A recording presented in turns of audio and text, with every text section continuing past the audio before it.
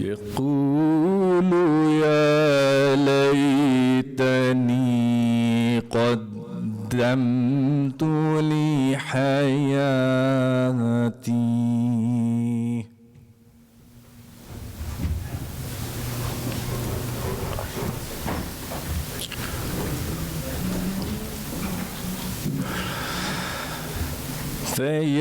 فيومئذ لا يعذب عذابه أحد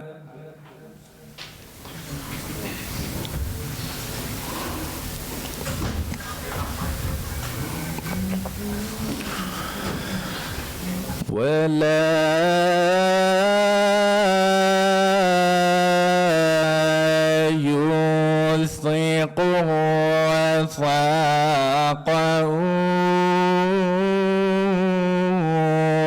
أحد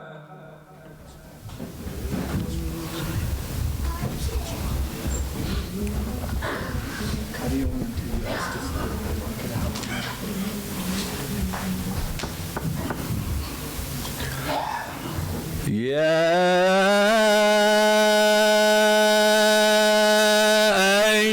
أيتها النفس المطمئنة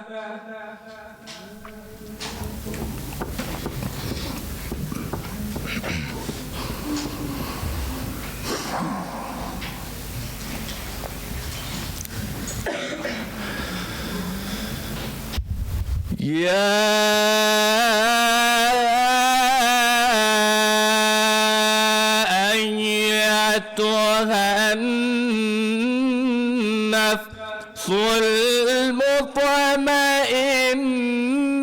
المطمئنة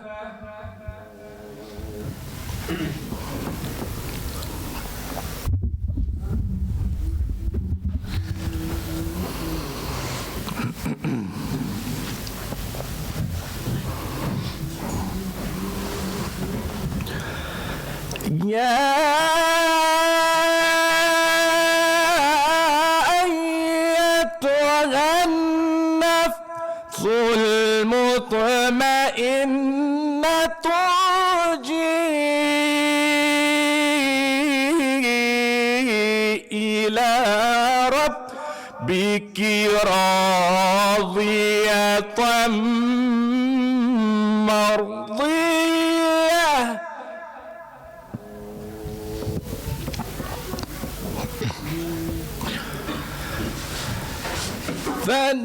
فادخلي في عبادي وادخلي جنة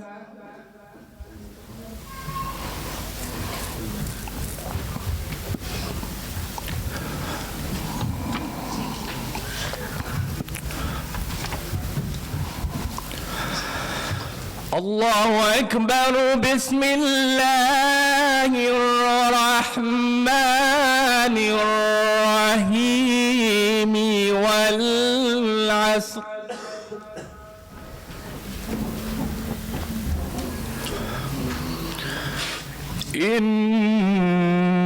إن الإنسان لفي خسر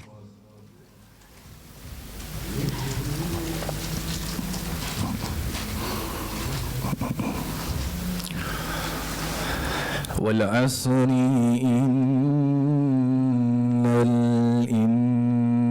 الإنسان لفي خسر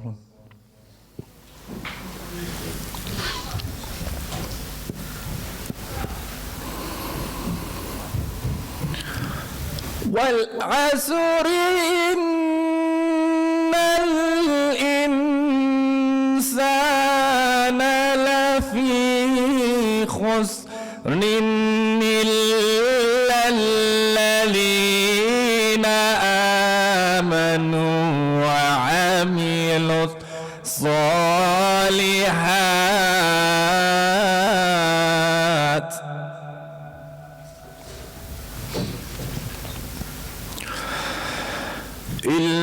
الذين آمنوا وعملوا الصالحات وتواصوا بالحق وتواصوا بالصبر. صدق الله العلي العظيم.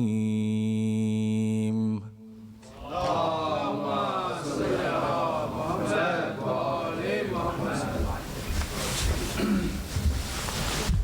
صل على محمد وآل محمد.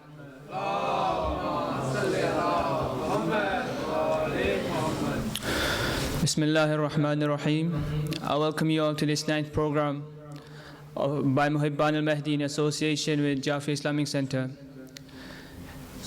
Once again, we thank Allah subhanahu wa ta'ala for giving us this opportunity to be in these blessed nights and to commemorate the martyrdom of Abu Abdullah. And we send our condolences to the Imam of our time in his grief of Abu Abdullah. So inshallah we'll start off the program, but just before we start off the program, I would like to request all the brothers to please come forward with the loud salawat.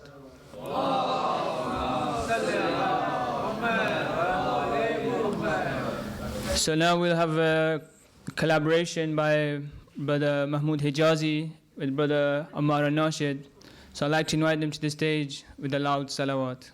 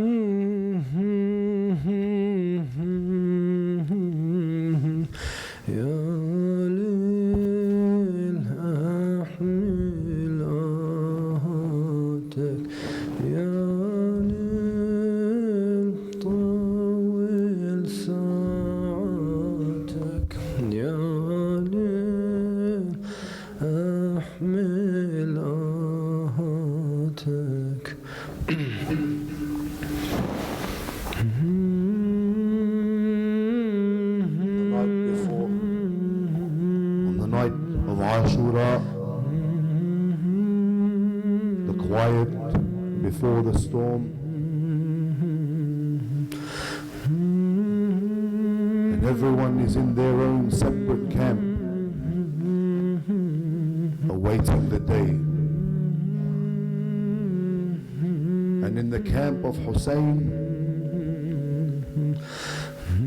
the men are sleepless, yet content, ready to farewell all they've ever known,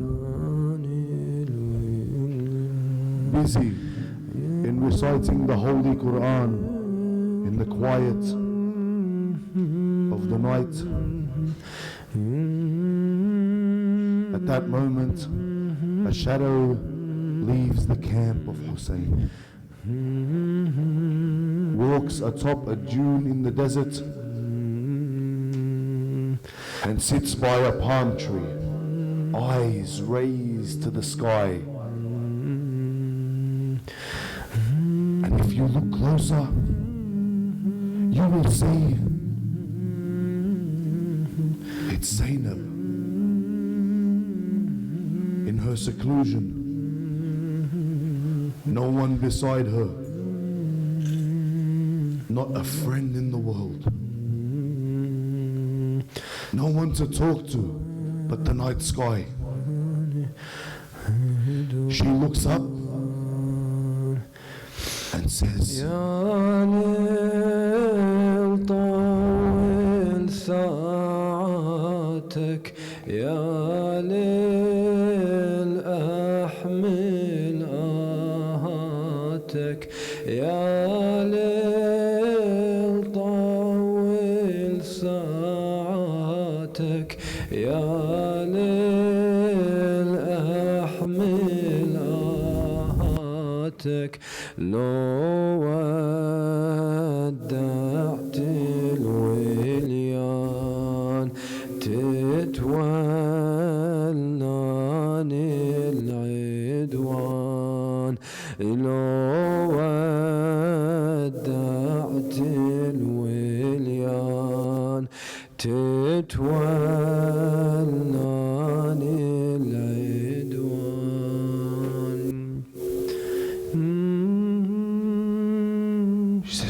treacherous night sky, unforgiving and cold, and my body is too weak for the problems I hold. Talk to me, hear my words and reply. Keep the red sun away from the sky. Night sky, night sky, I have nowhere to run. Night sky, please don't let your morning come. يا ليل طول ساعاتك، يا ليل أحمل آهاتك، يا ليل طول ساعاتك، يا ليل أحمل آهاتك. She says certainty in me, my Imam can never be wrong. But please, night sky, I don't want to be strong. Treacherous sky, don't leave me alone. Tomorrow brings sorrow no one has known. Abbas will die by the river, and from thirst none will be saved.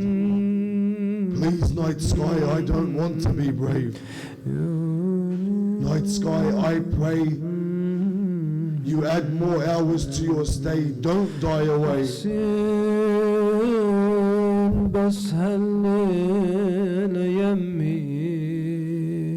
Leave Hussain with me for one more day.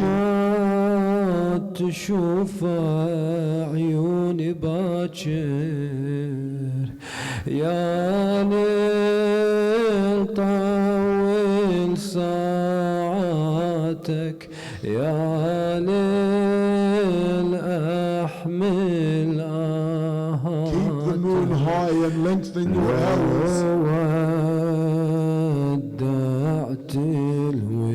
For in the sun they'll remove the petals from these flowers.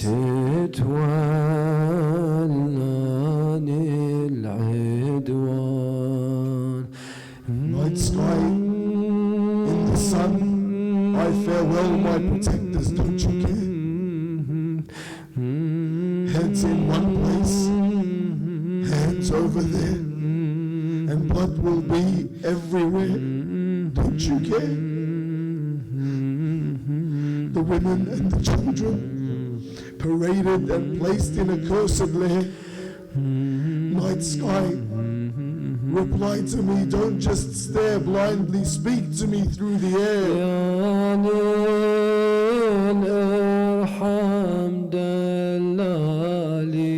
يا ليل ضاعت آمالي، يا ليل ارحم دلالي، يا ليل ضاعت آمالي.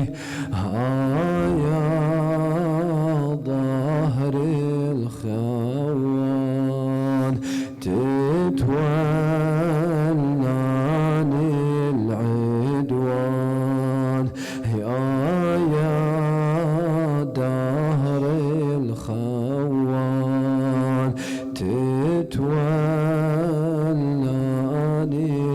العدوان. Night sky, my treacherous friend, I know you'll betray me in the end. You'll hand me over to a bloodied sky, under whom I'll lose the light of my eye. And though it's decreed that tomorrow Qasim will die, death may be sweeter to you than honey, but I don't want to say goodbye. You see, by the time Hussain opens Fatima al-Alila's letter, everyone she sends her salam to will be gone. to a place that's better. And we who remain will mourn, our necks will adorn the fetter. Among the bodies that are torn, a baby, newborn in the hands of my protector. Ya Qasim, your loved ones taste the same nectar. أنا يا ليل العقيلة زينب المعروف خدري. Night sky, I know our fate. Rasulullah told us of all that unfolds this night. But protect me, night sky. I don't want to hold this weight. I can't bear to stand by the body of Abbas and search for his hand. How can I shake Abbas and he doesn't reply? How can I? Abbas, my brother, it's me, Zainab. Wake up. Wake up. You promised to protect me.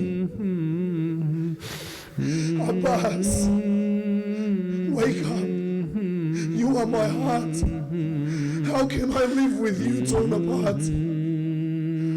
How can I, oh night sky, dress Hussain, armored and hand him his shield, knowing it won't help him on this perilous field? His procession to show oppression we never yield, the fate of separation has been sealed. ساعاتك يا ليل أحمل آهاتك لو ودعت الوليان تتولاني العدوان. Oh night sky, moon and star, what evils await me that I must be hard? Take me back into Haidar's arms, where I felt safe from all this world's tragedies and harms. To lean on my mother, where she'd teach me my pact. A time when her rib was still intact. To see Hussain holding Hassan's hand on the days when they'd walk in the room and the Prophet would stand. And he'd kiss the lips of the Hassan and the neck of Hussain, just to show us how they both would be slain. I know what awaits and what is ordained, but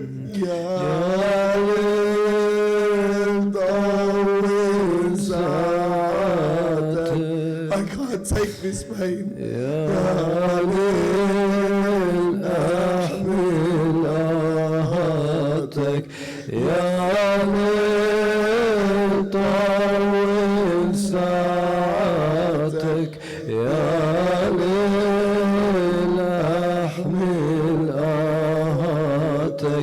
love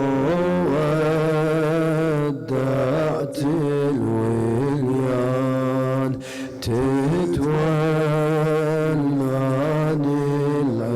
العدوان.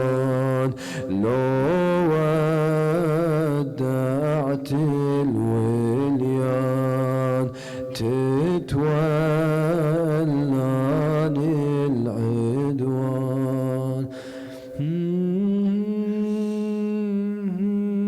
Through it with Abbas and then go through it again. How can I watch Harmala the cursed kill Abdullah while he's dying of thirst? Oh night sky, the most treacherous of skies, How can I sit by Hussain as he dies and beg him, Mawlai, Mawlai, Hussain, please open your eyes. Hussain, please open your eyes. By the right of our mother, Fatima Zahra, open your eyes. Open your eyes. How can I stand there and watch in his torture? How can I, oh night sky, not cry when he whispers, Rasulullah brings me the water? How can I, oh treacherous sky, be forced in this way to say my goodbye? Why? Why? Oh sky, on this night, lengthen each hour. Our enemies are blinded by vengeance and power. Lengthen each hour, night sky, dear friend. Delay this day so your night won't end. Delay this day to delay my pain and delay my final farewell to Hussain. Prolong your hours, all night. Prolong your hours, oh eyes, let your tears shower. All night, prolong your hours, oh eyes, let your tears shower. لو ودعت الوليان تتولاني العدوان. لو ودعت الوليان تتولاني العدوان. يا ليل طول ساعتك، يا ليل أحمل آهاتك، يا ليل طول ساعتك، يا ليل أحمل آهاتك. لو ودعت الوليان تتولاني العدوان. طول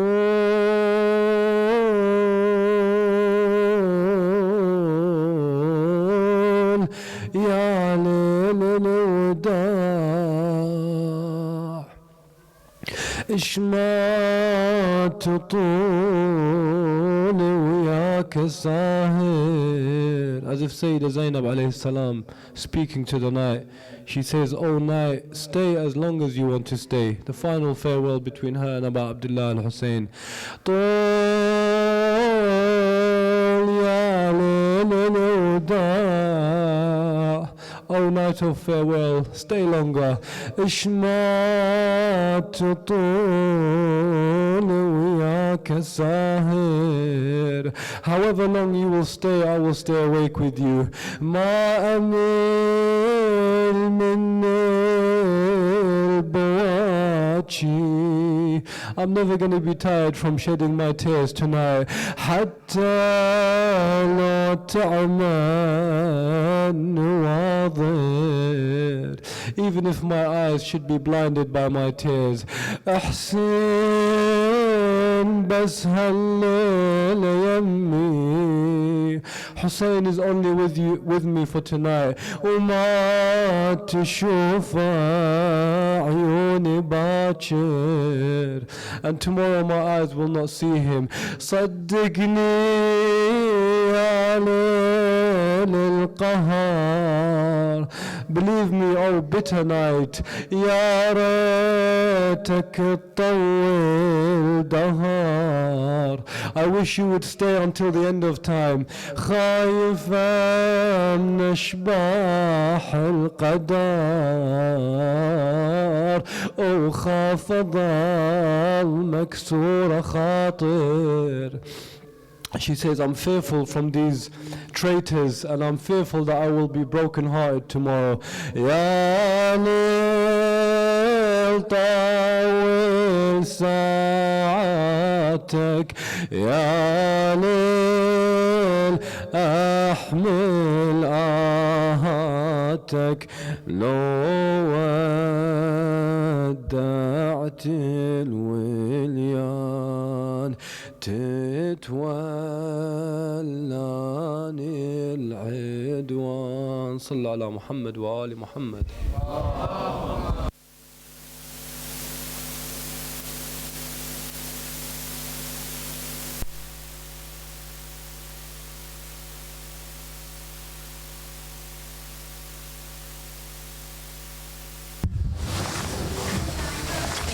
صل على محمد وآل محمد.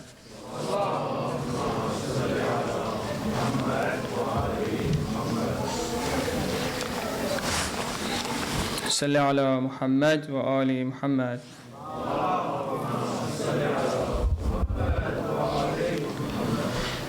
So inshallah, just before we move on to our lecture, I'd like to make a quick announcement.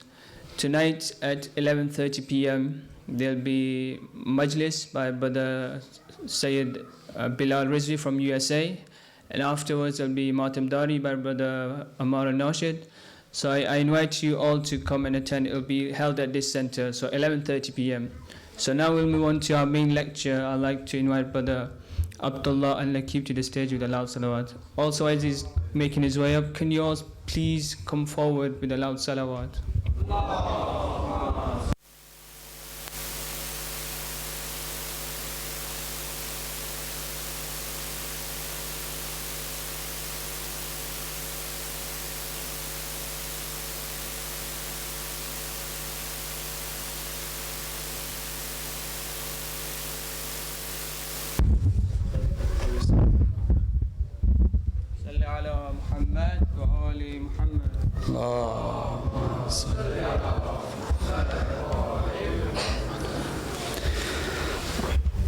أعوذ بالله من الشيطان الرجيم. بسم الله الرحمن الرحيم.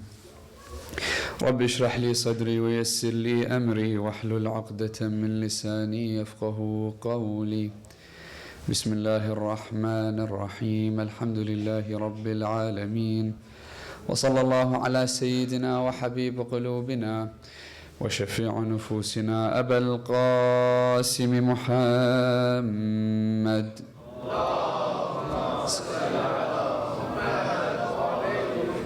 وعلى آل بيته الطيبين الطاهرين المعصومين، لا سيما بقية الله روحي وأرواح العالمين لتراب مقدمه الفداء. أما بعد، يقول رسول الله صلى الله عليه وآله وسلم: اطلبوا العلم ولو في الصين. The first of our loud salawat in honor of the greatest man to walk this earth, Al-Habib al-Mustafa Muhammad.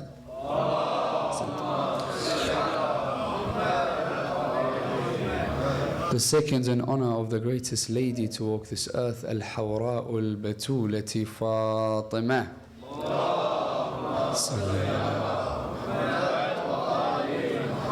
And the third, with your loudest voices, in honor of our Imam, Imam Sahib al-Asri wal-Zaman.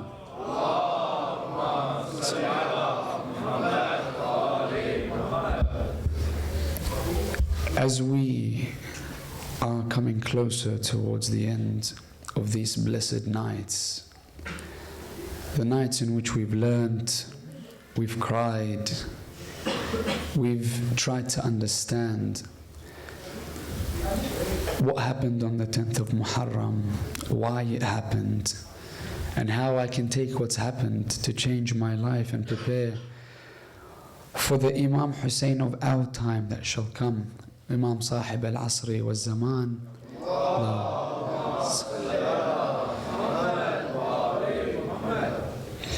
with all these knowledge floating around, it seemed fair to look into a concept in which we need to perfect the type of knowledge that we gain.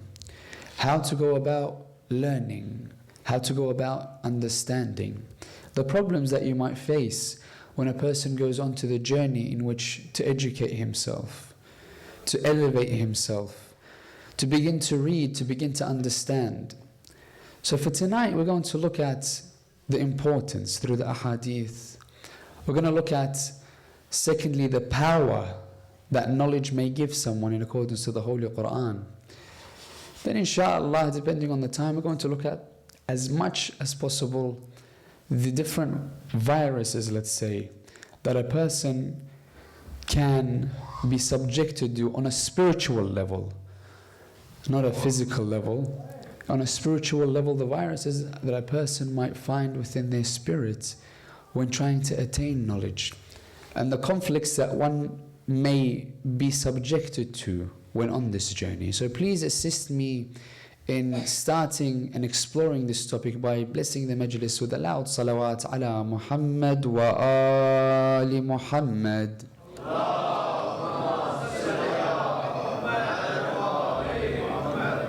As we stated, Rasulullah has many traditions in reference to knowledge, how to gain it, where to gain it, when to gain it, when it's preferable. So the one that we stated in the start of the lecture tonight, that Rasulullah sallallahu alayhi wa alihi wa sallam would say, Salli ala, states that if you want to attain knowledge, you can go, or you recommended to go far away in order for you to gain any knowledge. And he has a metaphor saying that go as far as China in order for you to gain knowledge. It could be looked at in two different aspects. Number one, it's a different language. Number two, there's a distance to it. So on two different levels, he's saying attain knowledge, even if it's far, even if it's difficult to attain, even if you have to attain hardship in order for you to understand, then attain the knowledge. Many different aspects that you can take from one tradition alone. So he says travel in order for you to gain knowledge. Then he says knowledge, is there a specific timeline where you should learn knowledge from this to that age, or in your adolescence, for example, or when you're an adult, or is it better than you're a child? And Rasulullah states that you should learn min al-mahdi ila al-lahd. اطلبوا العلم من المهد إلى اللحد. From cradle until the grave, you should be attaining knowledge in every section of your life, every state of your life. Whenever a chance arises, you go out of your way to understand, to comprehend, to apply the knowledge in and around you. There are preferences, without a doubt, about specific areas or specific ages in which you should learn.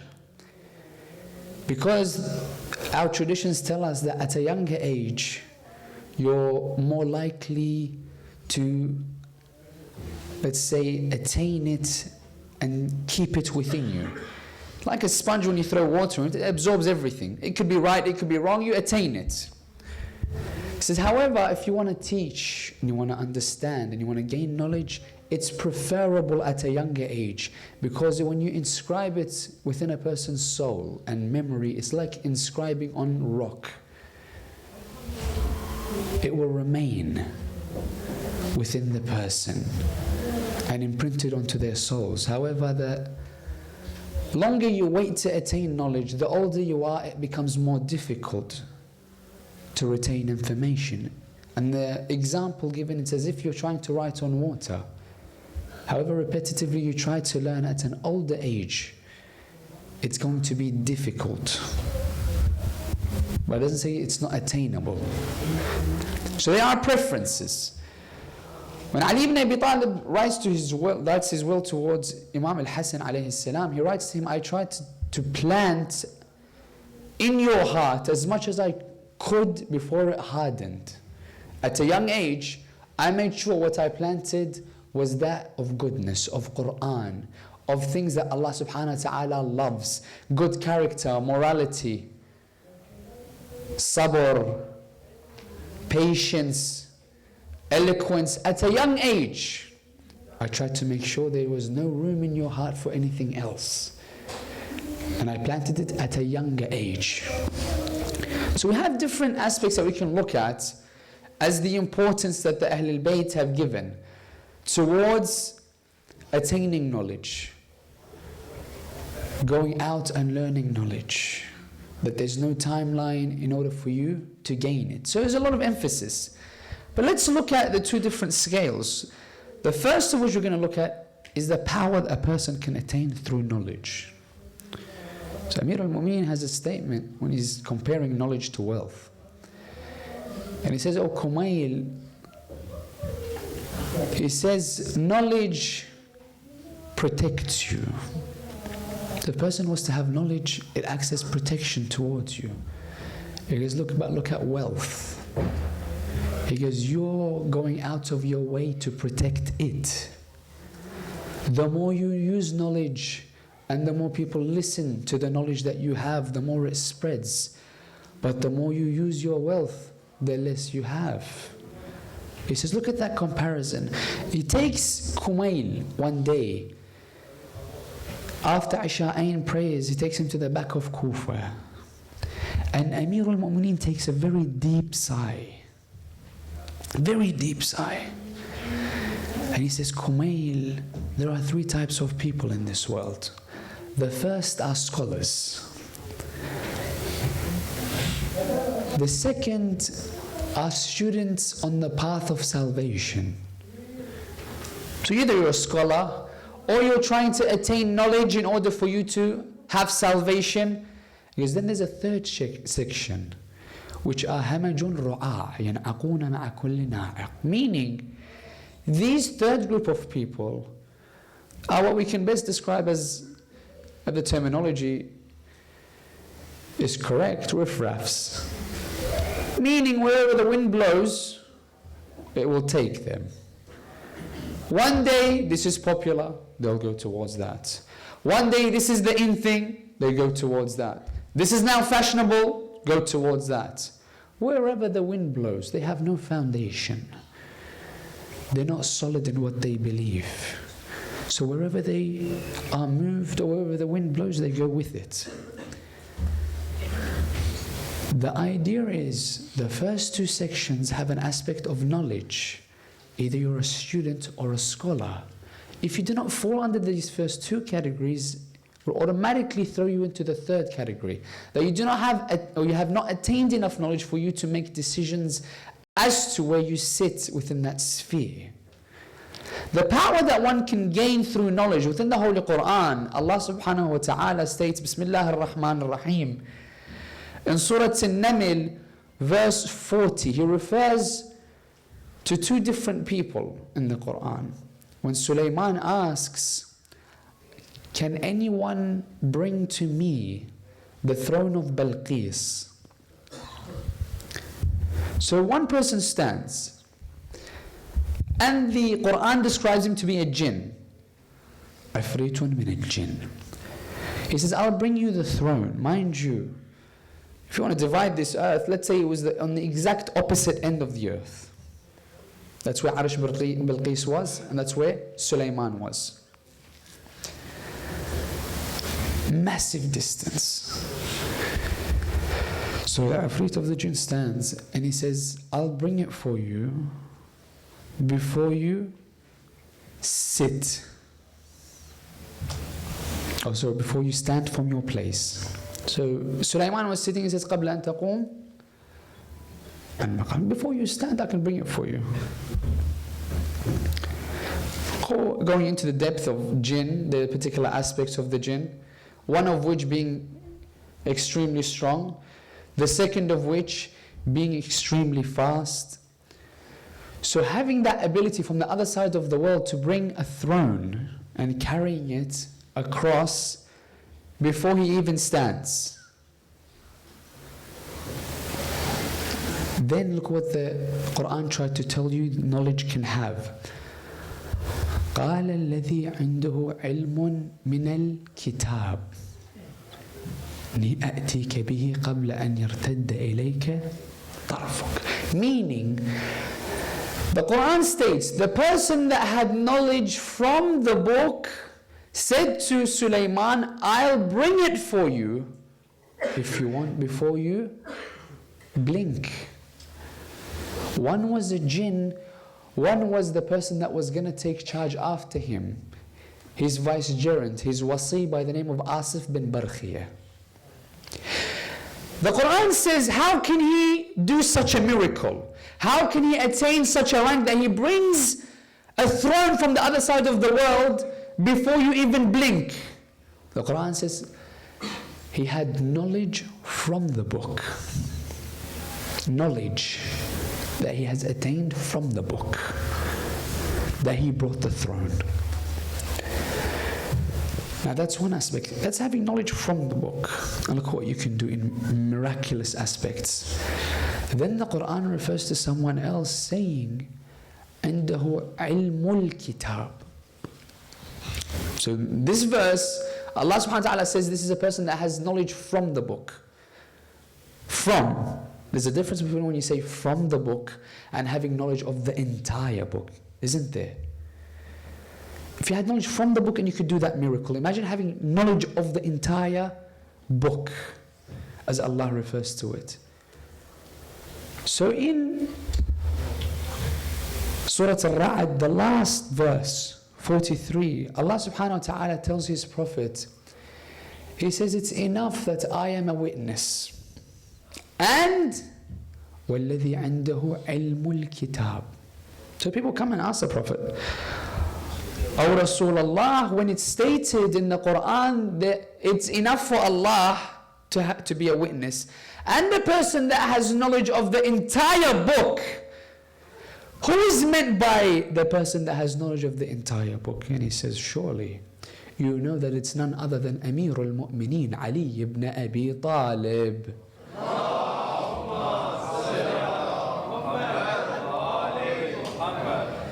So imagine what kind of miracles Amir al-Mu'mineen was capable of. And imagine the aspect in which, how we know without a doubt, Amir al-Mu'mineen, it's stated very clearly that when referring himself to the knowledge that Rasulullah had, it says, I am the city of knowledge. And Ali is its gates. Whomever wants to attain the city, go through its gates. علمني رسول الله ألف باب من العلم تفتح من كل باب ألف باب.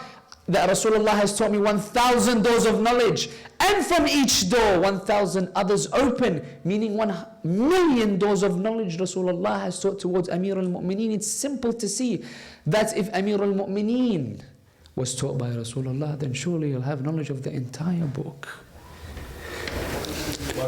Putting it into context, they're asking Rasulullah into more depth. Tell us more about this type of knowledge. What is it? And he begins to say, Allah subhanahu wa ta'ala gifts people from His greatest name. Now we know, or we might have heard, that Allah has a greatest name. Ismullah al-A'zam. Consisting of 73 letters. Now anyone that has a letter from Allah's greatest name can perform miracles. So Rasulullah sallallahu alayhi wa sallam states that Asif bin Barkhiyah, to perform that miracle, Allah gifted him one letter from the 73 letters of Allah's greatest name. Now we know through traditions, different prophets had different amounts of letters from Allah's greatest name. As an example, we'd have Isa, and Isa we know, he performed miracles such as bringing the dead back to life, giving a person that was blind his eyesight back, walking on water, finding and making clay and asking with Allah's permission, and he blew on the clay and it turned into a bird. He had only 2 of Allah's greatest names, letters. Then he had Musa split the sea, changed his staff, the white hand of his miracles. Kalimullah had 3 letters. The most of the prophets, besides our prophet, was Ibrahim, which had 8 letters of Allah's greatest name. Then it's narrated, how many did Rasulullah have? And the traditions tell us through Imam al-Sadiq that Rasulullah had 72 of the 73 letters of Allah's greatest name.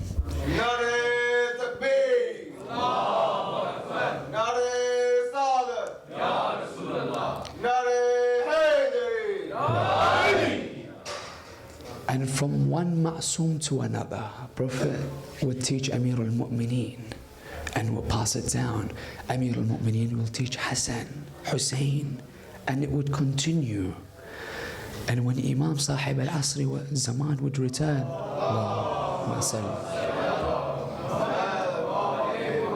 imagine what miracles you shall see at the end of time. So take that into consideration. Another thing to ponder over is that there is different types of knowledge that you can attain. An example given in the Quran that you can be a prophet, but you will not know everything. An example given in Surah Al-Kahf, chapter 18 of the Holy Quran, verse 65. When Musa asks Allah, "Oh Allah, I want to attain more knowledge. I'm your prophet, Kalimullah. I want to attain, is there something else to learn?" He says, maybe you're not ready. He says, let me attain this type of knowledge. So he tells him to go towards a particular place where the two seas meet. With specifics, he finds there a person by the name of Khudr. We know the story of Khudr. Musa, prophet, and not any of the 124,000 prophets, one of Ulul Azm, one of the top 5 prophets in the eyes of Allah subhanahu wa ta'ala. He comes to a point in which he meets a man that Allah subhanahu wa ta'ala refers to as Abdun min ibadina, one of our servants. I want you to meet him. So he meets him on the journey. He kills a boy. He puts a hole into a boat and he builds a wall. Every section or every event that happened, Musa didn't understand. And he'll begin to speak out against Khudr. How can you kill a boy? And Khudr said, didn't I tell you to be patient with me and I'll tell you later? He puts a hole in a boat. What are you putting a hole in a boat for? You're not allowed to do that. That's not your property. On the third occasion, he's building a wall. Why are you building a wall? These people haven't been nice to you. They haven't even offered you a glass of water. All of a sudden you're building a wall for them for no reason. And you're not attaining wealth for it. And on the third occasion he says, I told you to be patient with me. But on the third occasion he says, listen, you cannot be patient. You cannot understand what I'm doing, the type of knowledge that I have. هَذَا فِرَاقٌ بَيْنِي وَبَيْنَكَ. This is the point in which, khalas, you go your way, I'm going to go my way. But you understand from this concept, there are different types of knowledge. And even a prophet of Allah subhanahu wa ta'ala can come to a stage where he needs to, or there is information that he can gain that he might not have. Different types of knowledge. Now without a doubt, Musa had complete knowledge of Sharia. But this particular type of knowledge, the work of the angels, let's say, Khudr attained, Khudr had. And it's interesting if you think about it, when Khudr will return with Imam Sahib al-Asri wa Zaman, doesn't he? Imagine the type of knowledge that will be explored then and there. So let's take that into consideration. Now very briefly, there was 10 points that I had pre-prepared to talk about in the aspect of viruses that a person may spiritually encounter when trying to attain knowledge, and we try to stay away from them. But inshallah, we can tackle at least 3 or 4 before the end of the night tonight. The first of which, of the viruses, the spiritual impurities that may affect a person's journey towards learning, a person's journey towards attaining a completion or a sense of completion in knowledge, is the aspect of personal interest. So let's say you're going about your journey to understand Islam more, to understand the world you live in, to understand anything in aspects of knowledge, whether you're at university, whether you're being in Islamic studies.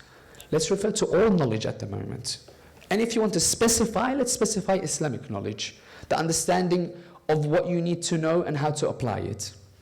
But it can also be applied to all types of knowledge.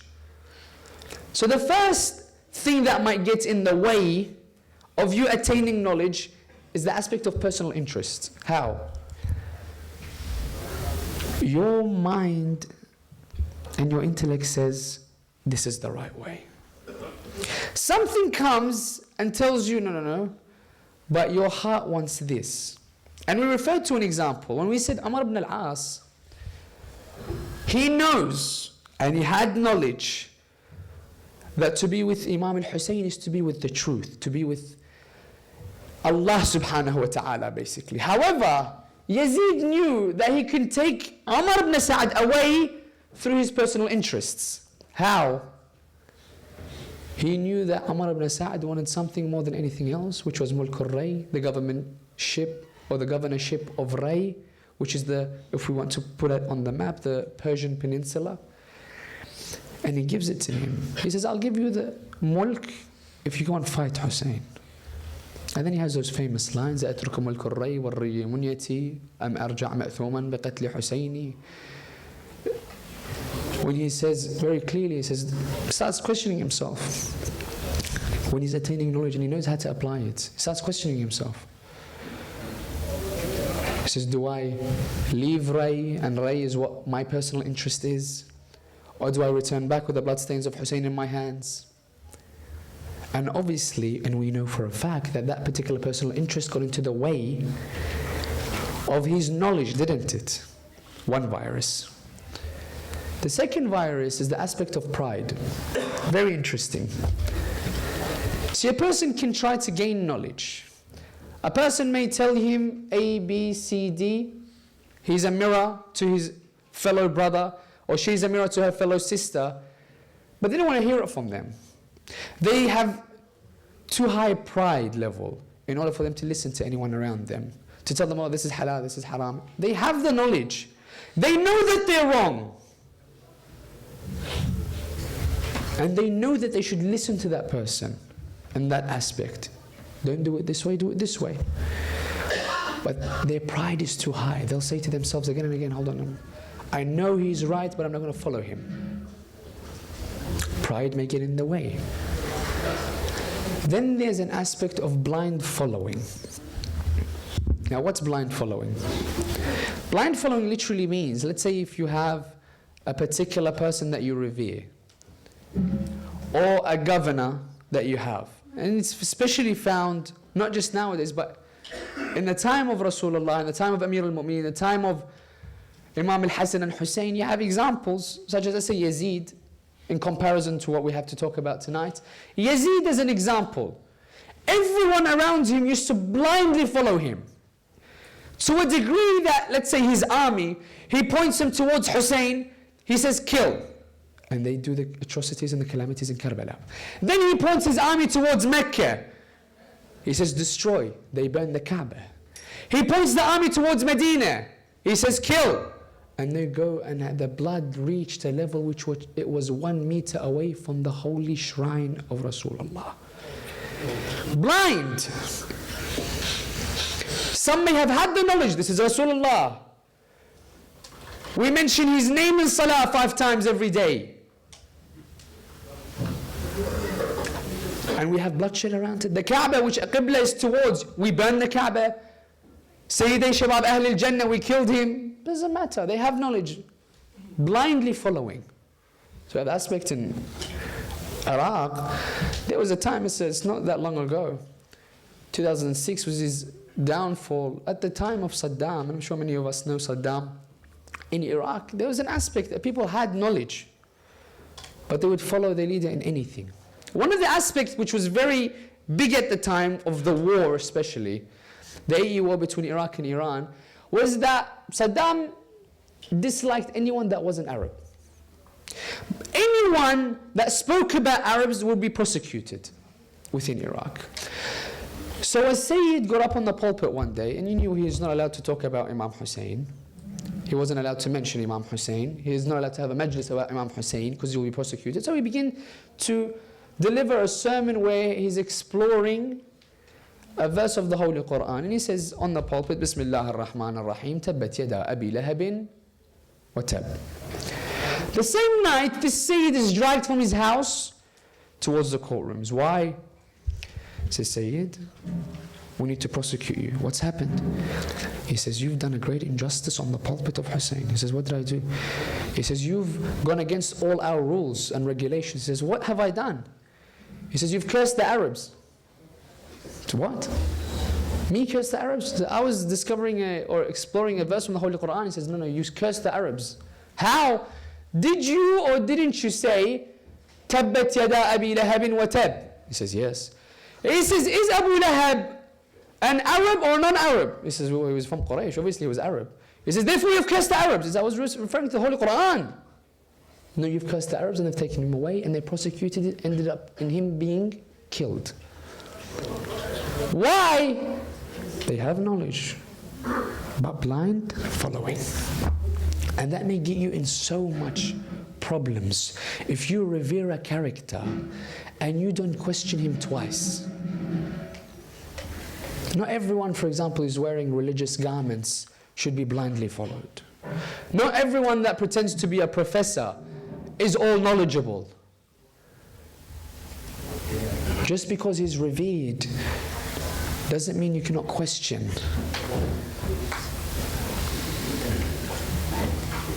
The third aspect. Inshallah, we need to look at just one or two more, inshallah, before we end for tonight. But this is the aspect of blind following, we said. Compound ignorance, pride. Another aspect which is very interesting to look at is a statement's influence. Let's look at this as the final aspect before we go towards the 10th of Muharram. Statement's influence, and you've got to remember all these viruses may be intertwined. You may have pride and you may have a statement's influence. You may follow someone blindly and someone may tell you otherwise, and you have too high of a pride to go against what the person has said or go against yourself knowingly or unknowingly. So you can have a mixture of all of them together. That's why we need to understand what they are in order for us to cleanse ourselves and rid ourselves of these spiritual viruses so that our source of knowledge is pure. When in the Holy Quran it's stated in Surah Abasa, فَلْيَنْظُرِ الْإِنسَانِ إِلَىٰ طَعَامِهِ. It's literally, if you want to take it into a literal manner, let the person look at his food. فَلْيَنْظُرِ الْإِنسَانُ إِلَىٰ طَعَامِهِ. Let the person look towards his food. But when you go towards the hadiths, and Imam Sadiq, he says, no, it's not meant let a person look at his physical food. He says, let a person look at the type of knowledge that he's attaining and where he's attaining it from. Making it what? Spiritual food. The food for your essence, your soul, your salvation. That's the aspect that the Imam is referring to. So we want to try to make sure that our source of knowledge, where it's coming from, what we're learning, we need to purify ourselves that these viruses cannot have any effect on us. So the stream in which we attain the knowledge is pure stream. So the statement's influence is basically having a role model that you look up to in such a high regard and not questioning anything that they do and trying to follow them in any way, even if that role model is not a role model to be proud of in a religious manner, because it becomes a danger. Your understanding of what is right and what is wrong will be under scrutiny. So let's say, for example, if the youth can have an understanding of it, especially so now that we're in England, let's say you take a soccer player, or a football player, sorry. I was first told, I don't even say soccer, I say football. My apologies. So, in a football sense, let's say you've taken a person to be your role model. let's say the two greats, let's say Ronaldo and Messi, for example. Someone, and you've seen this on many levels, would take, let's say, Ronaldo in such a level that he follows everything that he does. The way he wears his shoes, the way he wears his socks, the way he wears his shirts, the way he cuts his hair, what he wears under his garments, the perfume or the cologne that he releases. And they want to make sure everything, they try to follow him in every aspect, and they have wars against the people that dislike him, etc. Then all of a sudden, they find themselves in an aspect where they follow him to that extent. Their hair looks like him, the way they play looks like him. They'll know everything about him and in and around him. Stats, figures, what have you.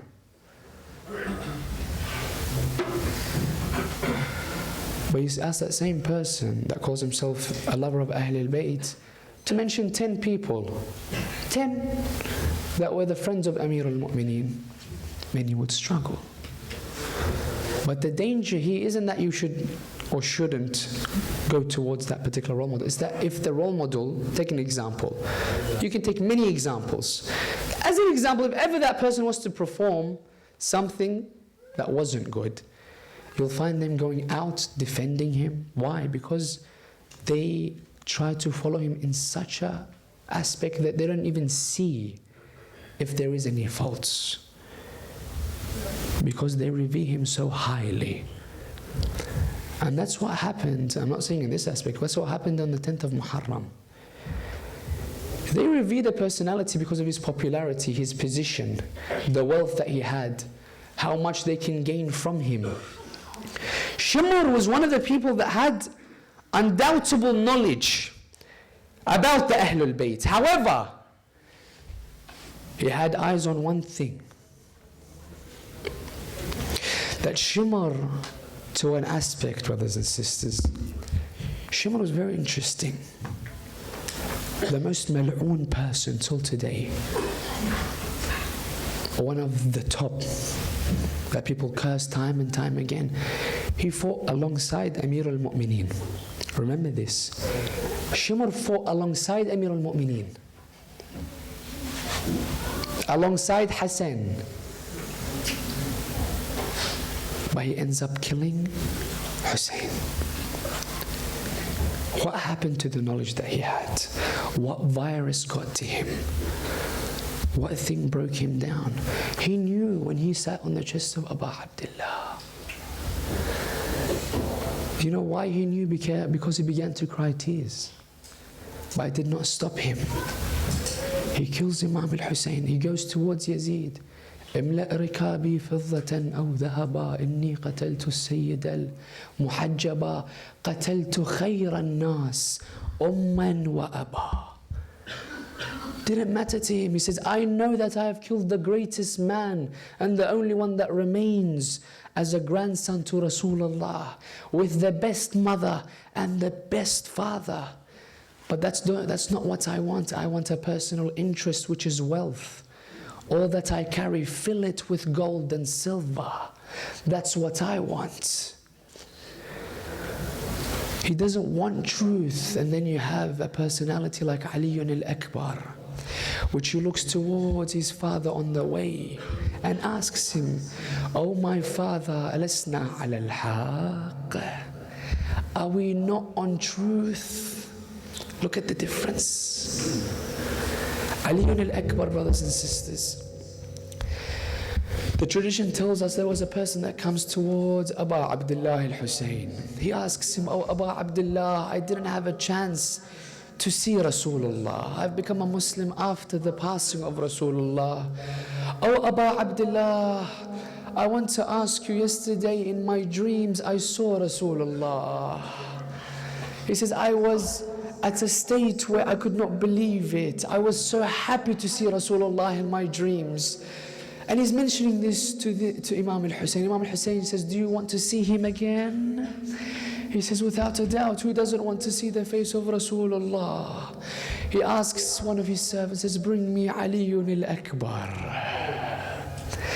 أشبه الناس خلقا وخلقا ومنطقا برسول الله. The most person that looked like Rasulullah, spoke like Rasulullah, and had morality like Rasulullah.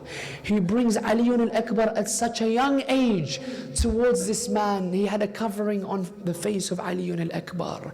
The tradition tells us he removes the covering from the face of Ali al-Akbar, and the man sees the face of Ali al-Akbar and he faints, because of how much disbelief he had that he just saw Rasulullah. He awakes and he looks at the face of Abu Abdullah.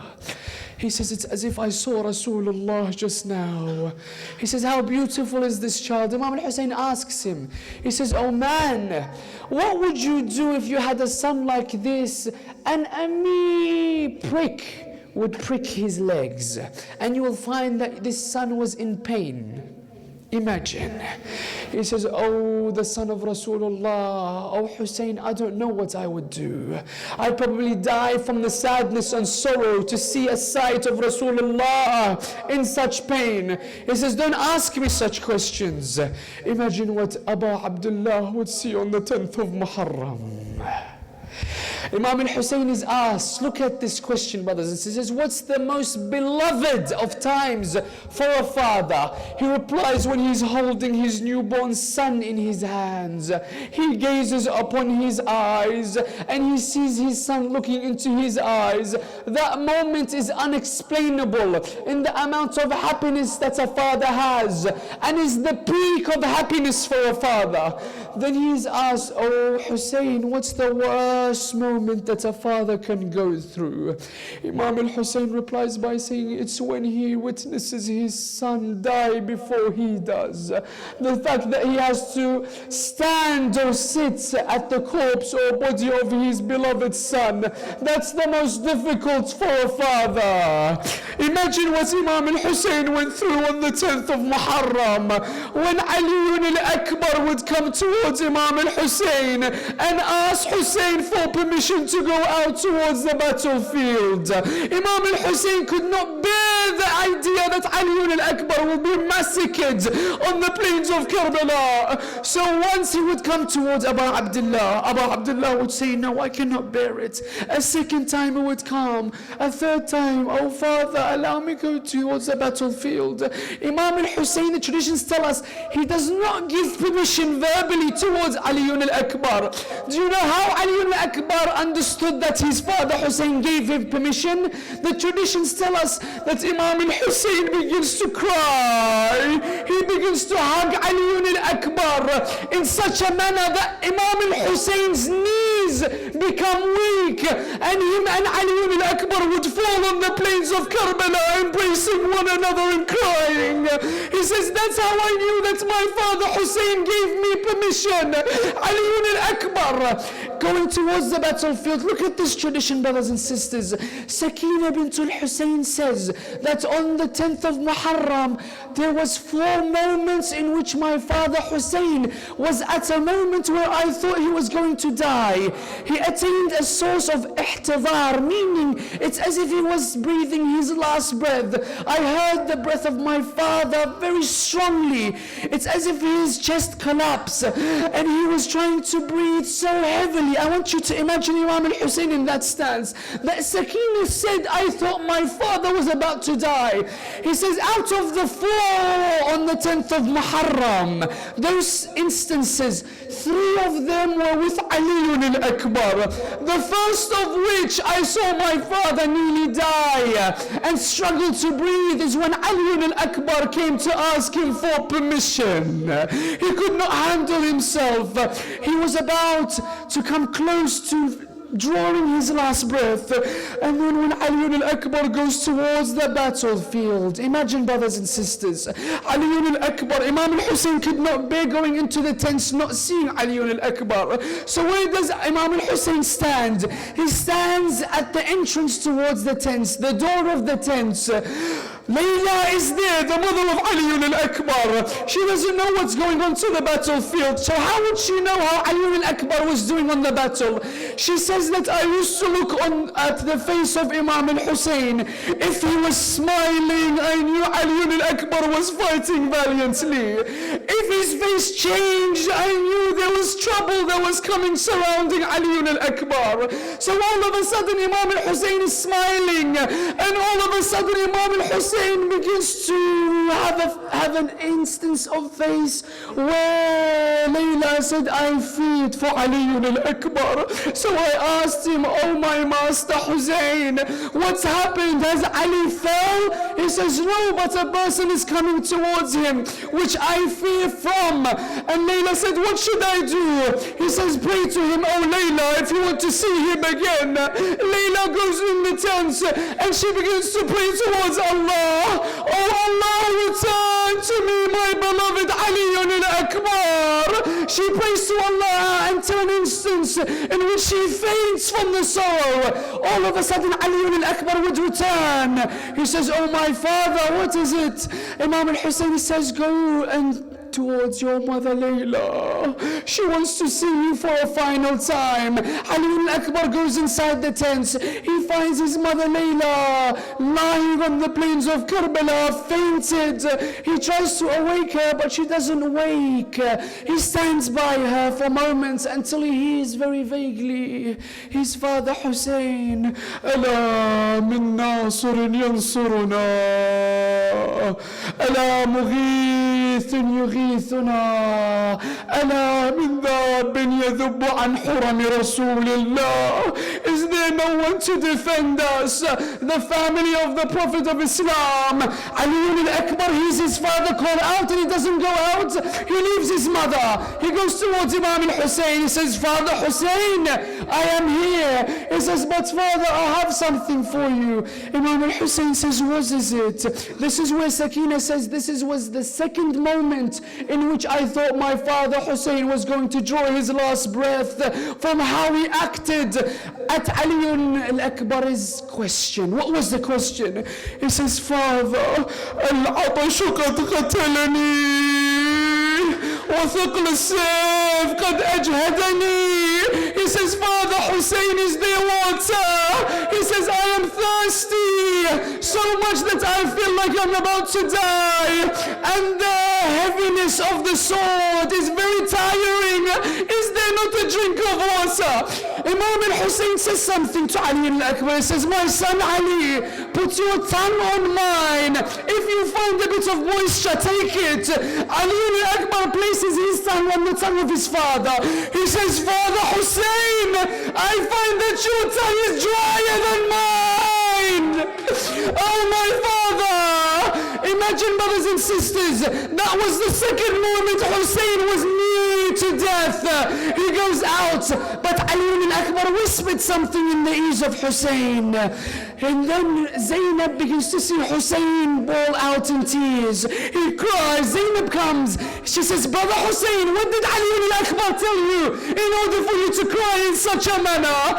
He came. She says, don't ask me. Oh Zainab, he whispered in my ear, saying, after I die, oh father, take care of my mother Layla. He says, that broke my heart. Ali al-Akbar goes towards the battlefield. When he goes, he fights valiantly. Ali al-Akbar, the son of Hussein, he comes out saying, Ana Ali ibn al-Hussein ibn Ali, أضربكم بالسيف أحمي عن أبي ضرب Ghulam Hashmi Alvi. He says, I am Ali, son of Hussein, son of Ali. I strike you with the sword in defense of my father Hussein. A strike that's a Hashimi, a Alawi strike. He fights valiantly, heroically, at a time where Ali al-Akbar becomes tired. All of a sudden a man approaches Ali al-Akbar. Imam al-Hussein's face begins to change. This man strikes Ali al-Akbar. Ali al-Akbar falls off his horse. Imam al-Hussein, what does he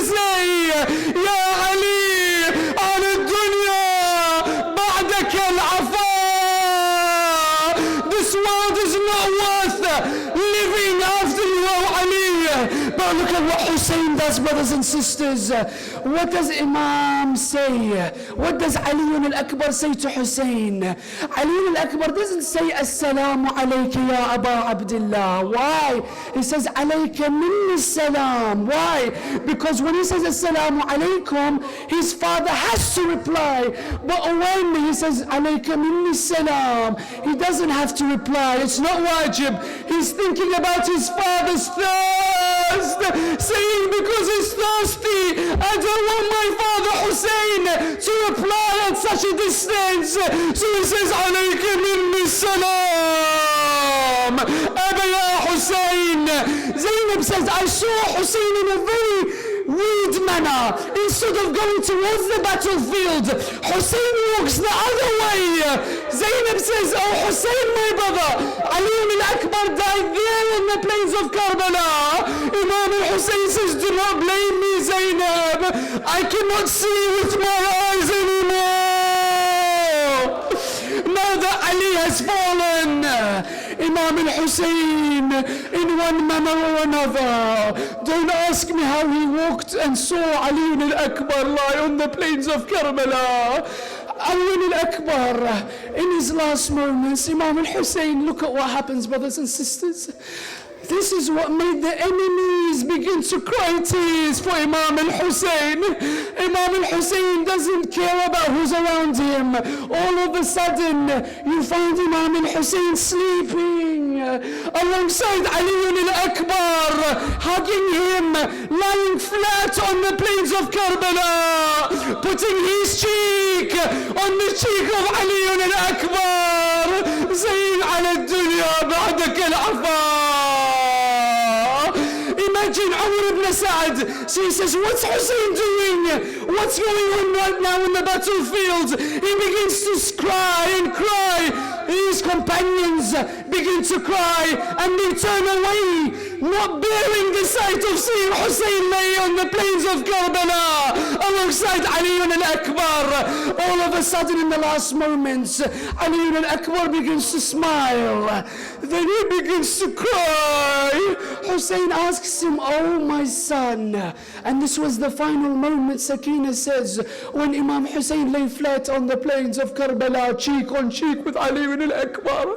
She says, that was the final moment. And the third time that I thought my father Hussain was about to die. She says, we saw Ali al-Akbar smile then cry. Imam al-Hussain would ask him, oh my son Ali, why do you smile and why do you cry? He says, I smile because now I am no longer thirsty as my grandfather Rasulullah has given me from Hawd al-Kawthar. But my son Ali, why do you cry? He says, when I saw my grandfather Rasulullah, behind him I saw Sayyidah Fatima slapping herself, saying, wa walada, wa Husayna, wa mazluma.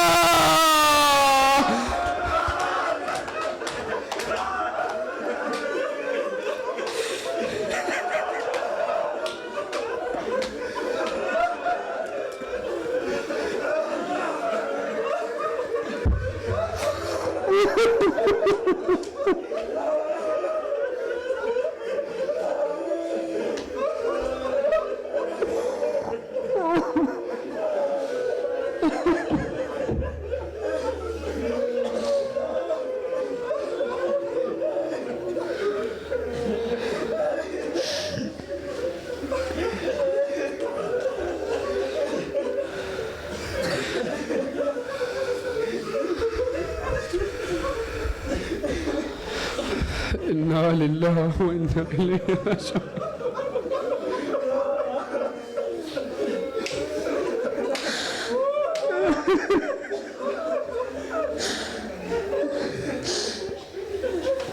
إنا لله وإنا إليه راجعون. وسيعلم الذين ظلموا آل محمد أي منقلب ينقلبون والعاقبة للمتقين. We pray to Allah subhanahu wa ta'ala in these final moments with the tears that we have shed, that if anyone, the Shia of Al Muhammad, has anything in need from Allah. Bab al-Hawa'ij Aliyun al-Akbar. To pray towards Allah now if ever anyone wanted anything from Allah subhanahu wa ta'ala. If they have an ill they want curing. If they have an objective they want to achieve. Anything that you think of, ask from Aliyun al-Akbar from tonight, brothers and sisters. As tomorrow when we awake, we'll relive the aspect when Imam al-Hussain was massacred on the plains of Karbala. Tomorrow will be the morning in which we mourn the fact that Shimr, the worst of people, would sit on the chest of Abu Abdullah. Tonight, with the tears that you have shed, we want to pray towards Allah subhanahu wa ta'ala that He keeps us steadfast on this path, that He allows us to be of the people that will call themselves the Ansar of Imam Sahib al-Asri wa Zaman. We pray to Allah that He allows us to commemorate Ashura under the shrine and the dome of Abu Abdullah al-Hussain this year and every year, inshallah. With the Surah al-Mubarakat al-Fatiha, but before three of your loud salawat ala Muhammad wa ali Muhammad.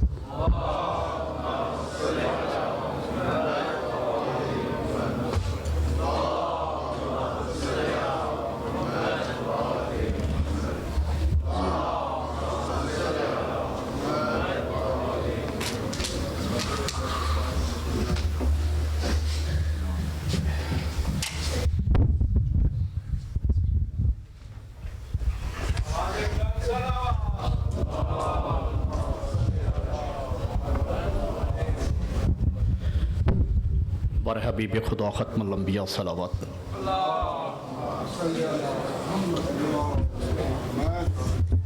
بر دیگر صلوات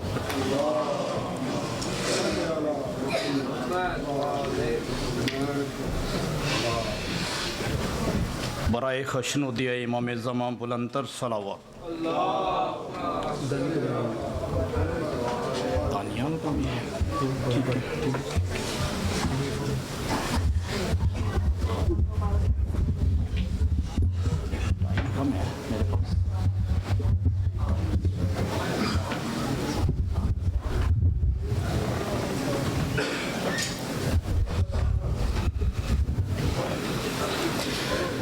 بر حبیب خدا ختم الانبیاء صلوات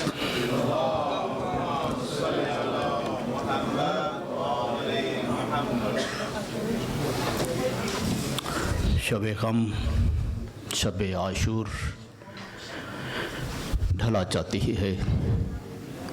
علامہ مجلسی علیہ الرحمہ فرماتے ہیں کہ آج کی شب عاشور کسی حسینی کو نصیب ہو تو یقیناً روز محشر وہ انصار حسین میں شمار ہوگا.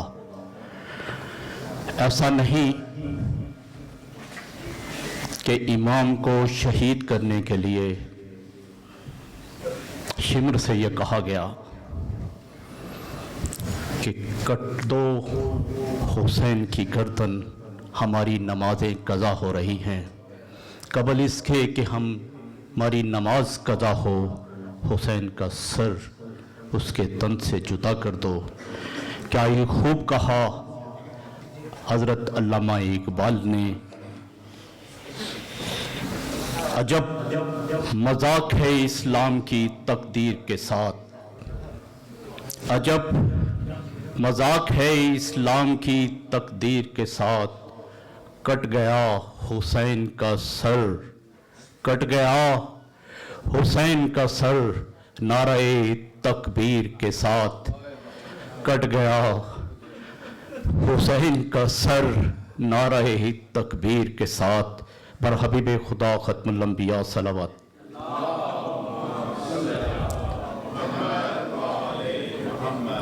آج کے پہلے غمخوار دانیال عباس سید کو میں ممبر افروز ہونے کی دعوت دیتا ہوں.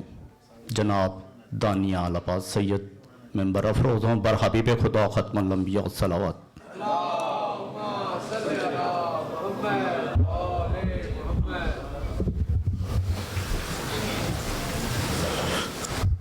صلوات.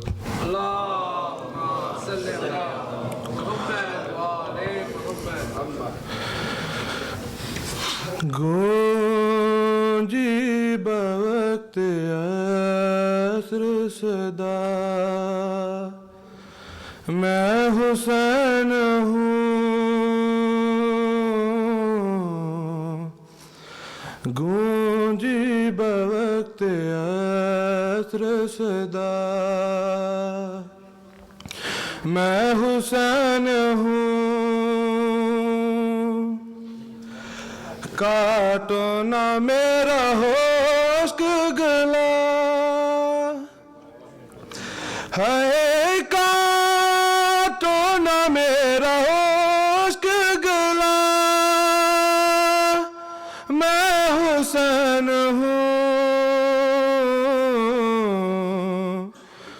گونجی بوقت عصر صدا میں حسین ہوں سوکھی ہوئی ہے شملہ میرے حلقے کی رگیں سوکھی ہوئی ہے شملہ میرے حلقے کی رگیں آہستہ تو چھری کو چلا ہے آہستہ تو چھری کو چلا میں حسین ہوں گونجی بوقت عصر صدا میں حسین ہوں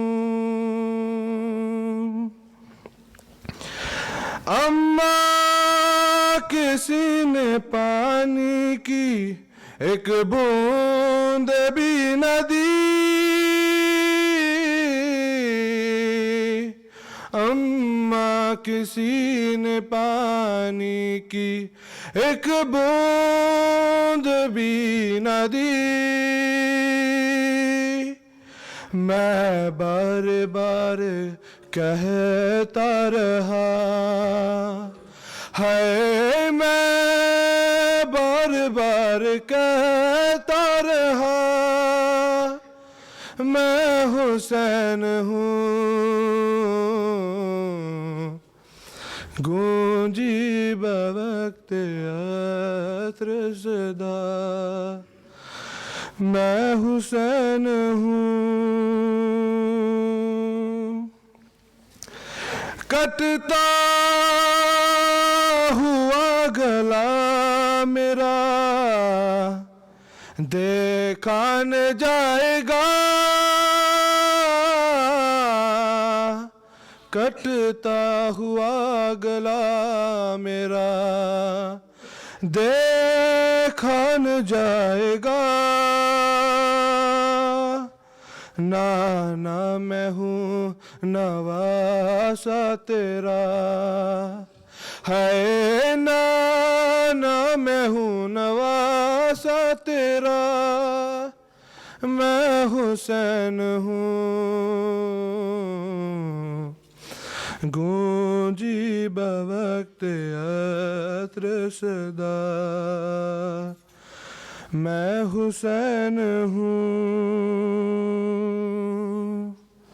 گونجی بوقت عصر صدا میں حسین ہوں صلوات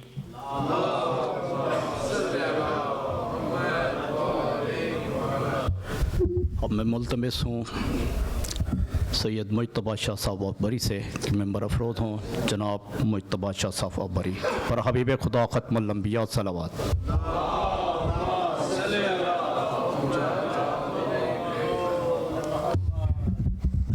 صلوات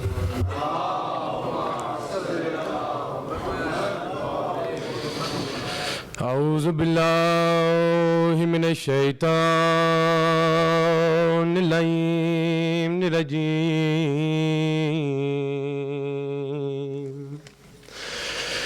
بسم اللہ الرحمن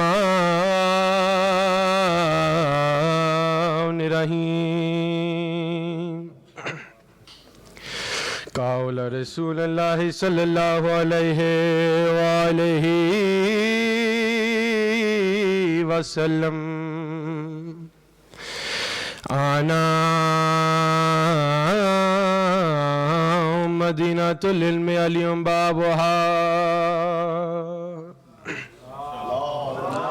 صلی اللہ محمد وآل محمد الحمدللہ رب العالمین الصلاة والسلام علی اشرف الانبیاء والمرسلین صلوات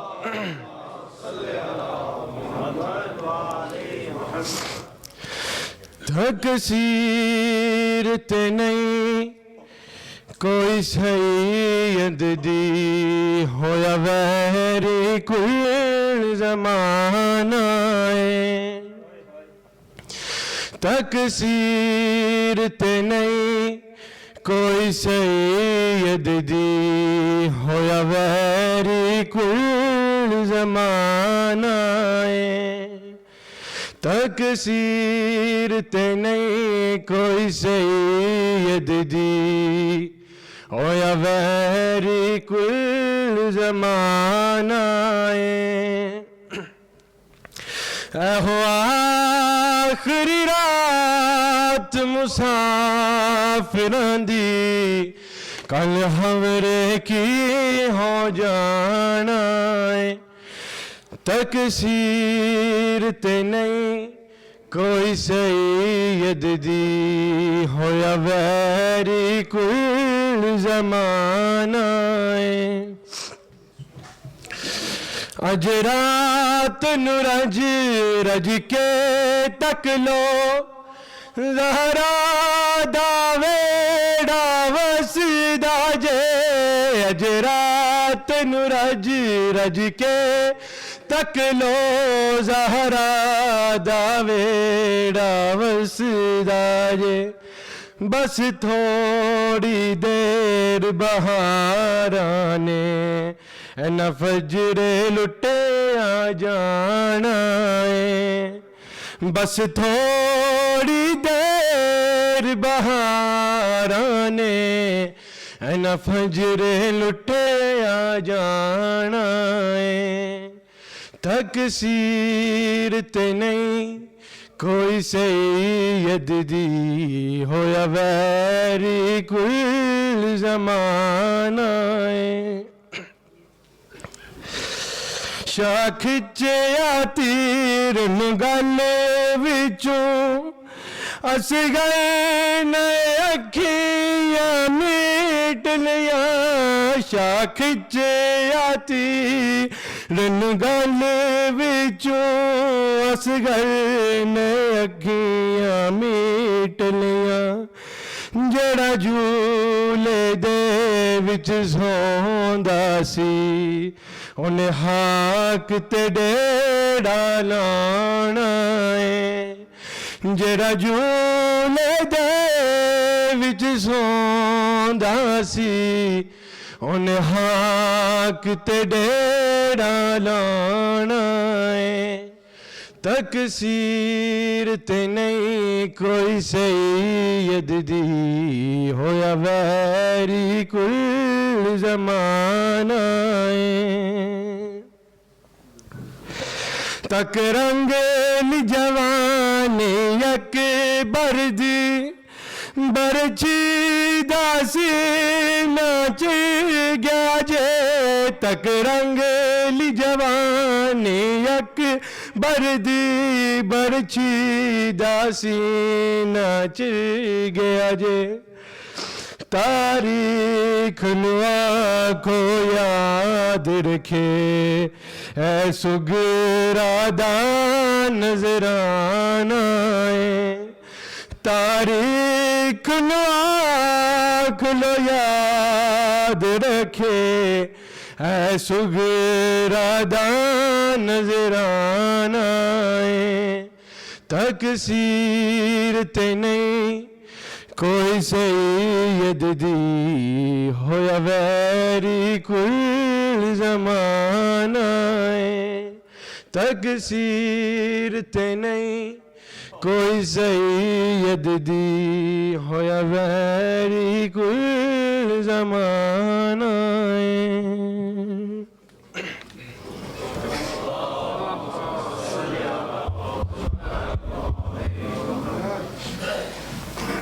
چند اعلانات کا سہارا لیتے ہوئے قبلہ کو ممبر افروز ہونے کی دعوت دوں گا. آج شب عاشور کے اعمال بعد از ماتمداری جناب نوجوان عالم دین سید محمد نقوی کے اقتداء میں ادا کیے جائیں گے.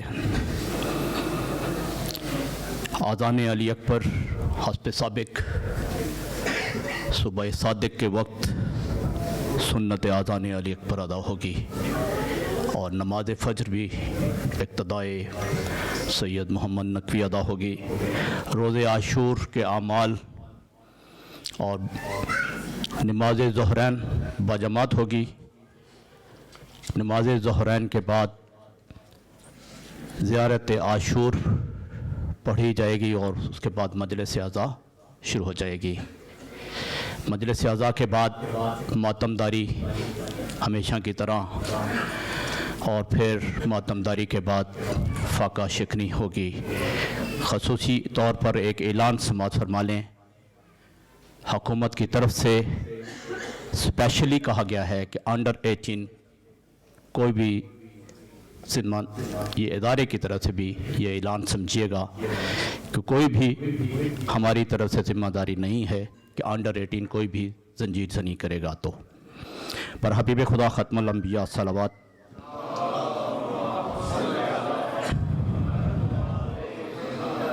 کل بعد از نماز مغربین مجلس شام غریباں بھی برپا ہوگی اور علامہ سید حسین رضا نقوی صاحب خطاب فرمائیں گے. بر حبیب خدا ختم الانبیاء صلوات.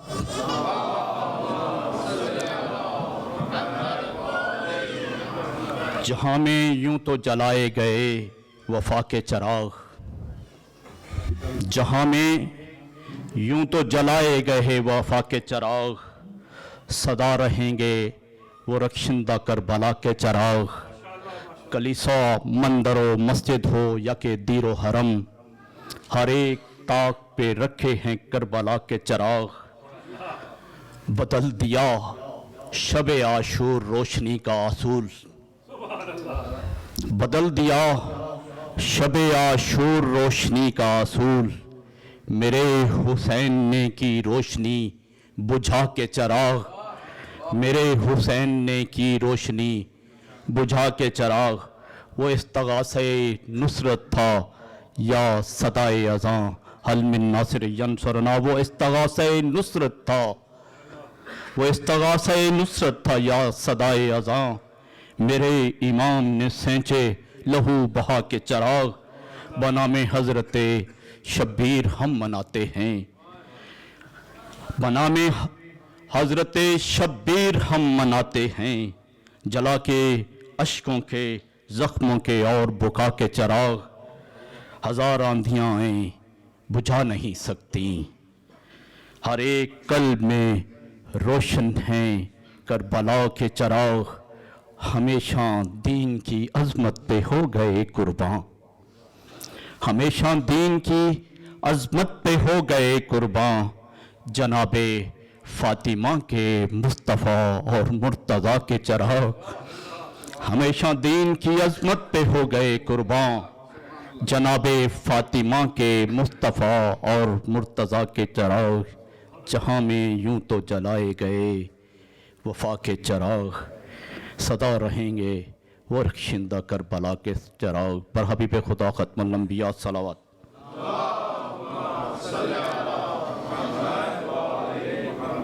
میں ملتمس ہوں حضرت علامہ حجت الاسلام والمسلمین سید حسین رضا نقوی متذل العالی سے کہ ممبر افروز ہوں. بر حبیب خدا ختم الانبیاء صلوات.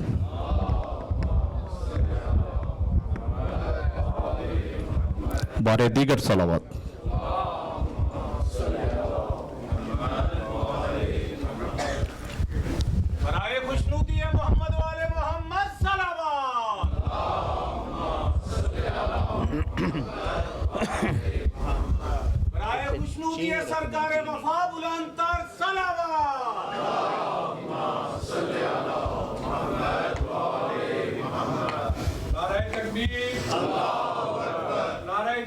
اس تو طرف نعرہ رسالت نزدیک کرو نعرہ رسالت یا رسول اللہ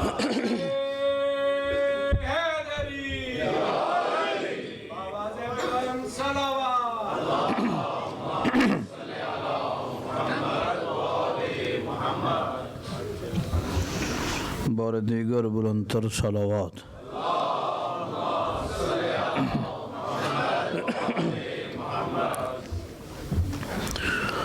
اعوذ باللہ من الشیطان اللعین الرجیم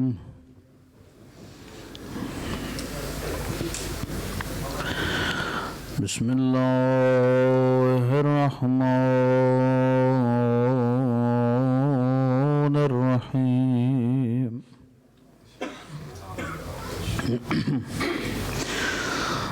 الحمد للہ الذی وحدہ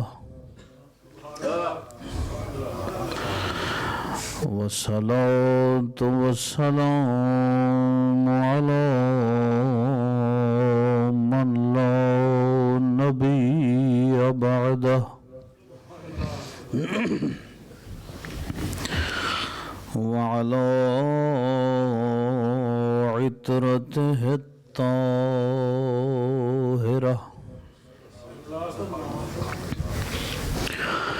الذين ذهب الله عنهم الرجس وطهرهم تطهيرا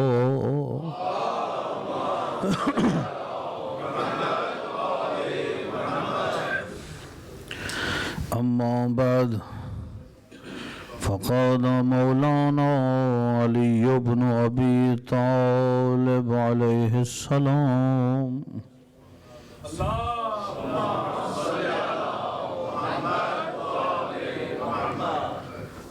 هو قائل لا عن حدث صلوات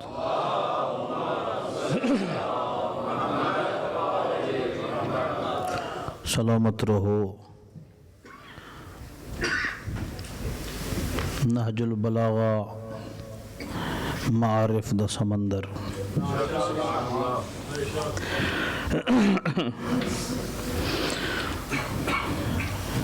کائنات عالم دے تمام فصیح ترین مرداں وچوں عظیم کلام ہے علی دا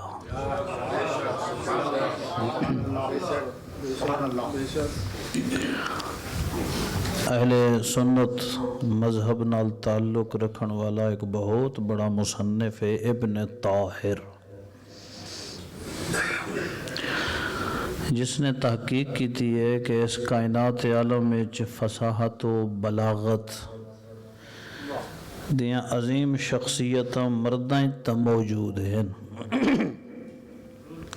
اس نے تحقیق کی تھی ہے کیا خواتین وچوں بھی کوئی ہیں جڑیاں فصیحہ و بلیغہ ہوں۔ ابن طاہر دے آدم تو گھن کے اس دم تک جتنی میں تحقیق کی تھی ہے کائنات عالم میں کائنات نسوان فقط ایک خطبہ ملے جس دی مثال نہیں، او دربار فاطمہ تو زہرا دا خطبہ۔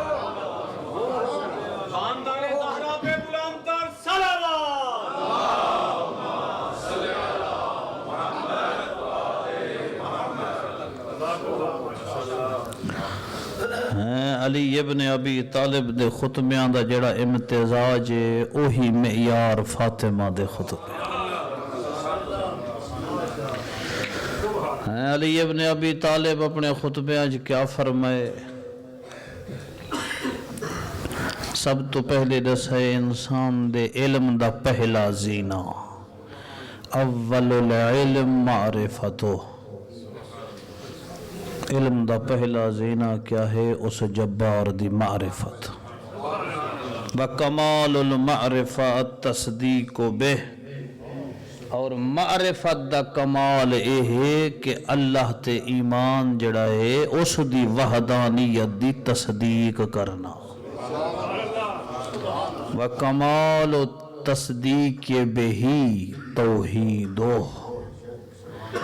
اور اللہ دی تصدیق دا کمال ہے کہ اس نو ہر کمال چ واحد مننا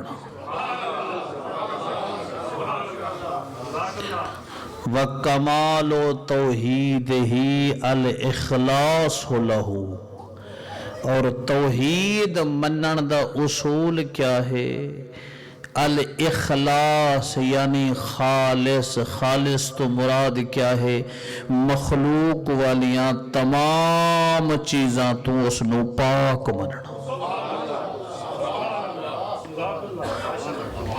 وکمال الاخلاص لہو علی دے جملے پہ پڑھ رہا کمال الاخلاص لہو اور اخلاص دا کمال کیا ہے نفی الصفات ان اللہ نو صفات دا محتاج نہ سمجھنا صفات دی نفی تو مراد کیا ہے صفات دی نفی تو مراد یہ ہے ایک بندہ ایک کام کردے تے اس نو فائل آکھیا جاندہ ہے کام اس نہ کیتا ہوئے اس دا فائل نہیں ہوندا ہیں اللہ دیاں صفات ایسیاں نہیں کہ اللہ الگ ہے صفت الگ ہے ہیں میرے خیال گل ذرا اوکھی ہو گئی ہے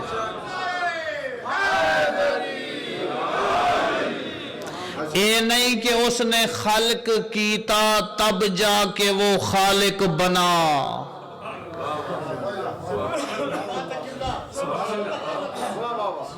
اے علوم دس معرف فقط علی ابن ابی طالب سمجھا سکتا ہے فرمیندے ایسا نہیں ہے کہ خالق نہ تھا پھر بنا مخلوق تھی تب بھی وہ خالق نہ تھی تب بھی وہ خالق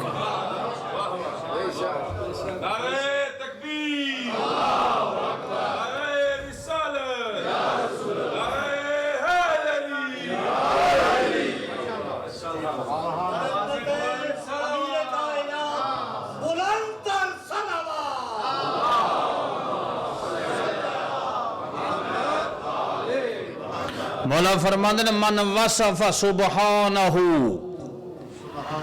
جس نے اس کی صفت کو الگ بنایا کہ صفت اور ہے خدا اور ہے نہیں اس کی صفات عین ذات ہیں من وصف سبحانہ فقد قرنہ جس نے اس کی صفت بنائی گویا اس کا ساتھی بنا دیا وَمَنْ قَرَنَهُ فَقَدْ سَنَّاهُ جس نے اس کا ساتھی مان لیا اس نے دوئی کو مان لیا وَمَنْ سَنَّاهُ فَقَدْ جَزَّاهُ جس نے اللہ کے بارے دوئی کو مان لیا گویا اس نے اللہ کی جزیں بنا دی آگے علی ابن ابی طالب فرماتے ہیں وَمَنْ جَزَّاهُ فَقَدْ جَهِلَهُ جس نے اللہ کی جزیں بنائی وہی تو جاہل ہے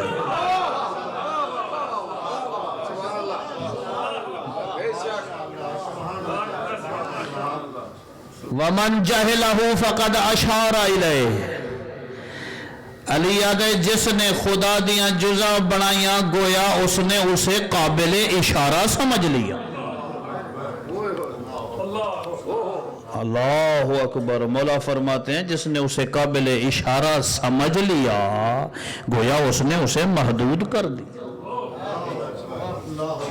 وہ محدود نہیں وہ عقلوں میں نہیں آتا وہ فکروں میں نہیں آتا وہ حدوں میں نہیں آتا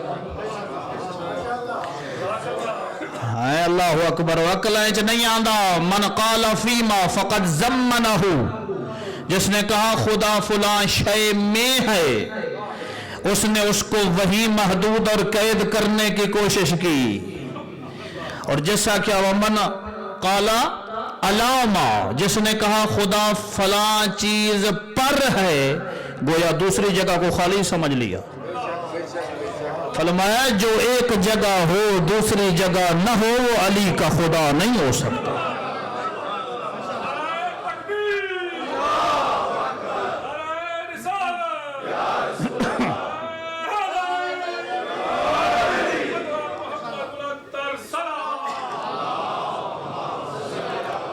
اے شریفو حسین دے عزادارو جڑے پیچھے حضرات بیٹھے ہو تہاڈا خدا ہی تو وہ ہے جڑا علی دا خدا ہے خدا کون سمجھاوے شرفاء مصر دی الازہر یونیورسٹی اور دوسرے مذاہب دے لوگ آنکھیا ہے اگر توحید دے بارے علی ابن ابی طالب دے خطبے نہ ہوں دے سکو اسرار و رموز توحید دا تعارف ہی حاصل نہ ہو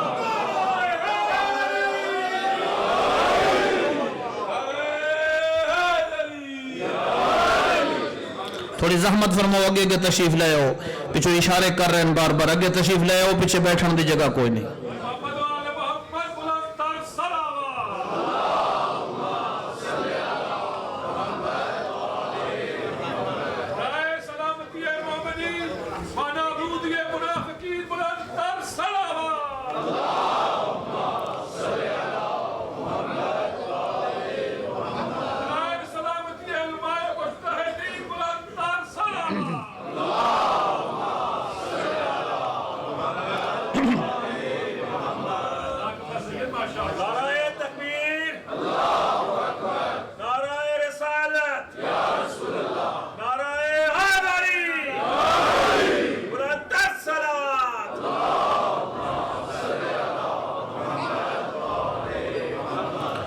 میرے مولا علی فرماندے نے عقل وچ نہیں آندا فکر وچ نہیں آندا حدود وچ مقید نہیں ہوندا محدود نہیں ہوندا لا حد له ولا نہایا اس دی کوئی حد نہیں ہے اس دی کوئی ابتدا نہیں او ازلی ہے اس دی کوئی انتہا نہیں او سرمدی ہے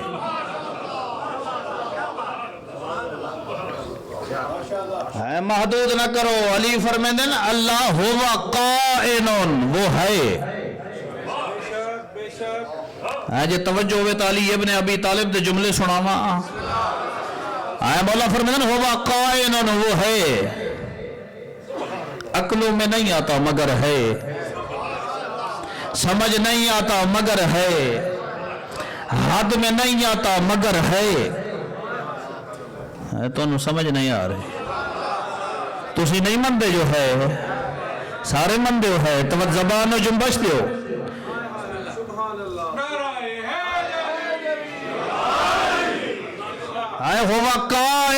ہوا کائنون لا ان حدث علی فرماتا ہے وہ ہے ہوا نہیں ہے اللہ ہے لا ان حدث کسے بنایا نہیں موجود لا ان عدم وہ موجود ایسا موجود نہیں کہ پہلے نہ تھا پھر ہو گیا فرمایا نہیں یہ لفظ تھا بھی نہ تھا وہ تھا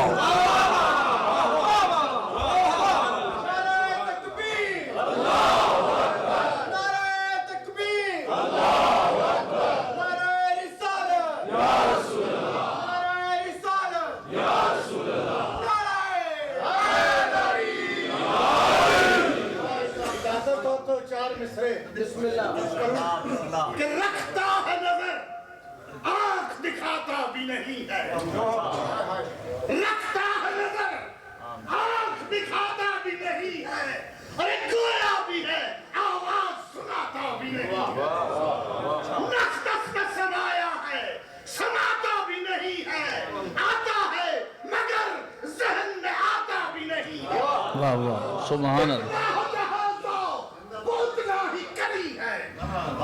کری کو کہتے ہیں جتنا ہو جہاز دو وہ اتنا ہی کری ہے دیکھو تو یہی ہے جو نہ دیکھو تو نہیں ہے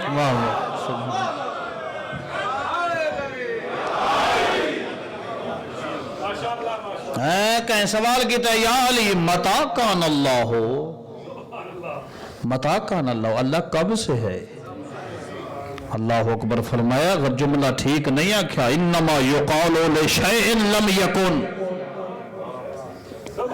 متا یہ کب جب تب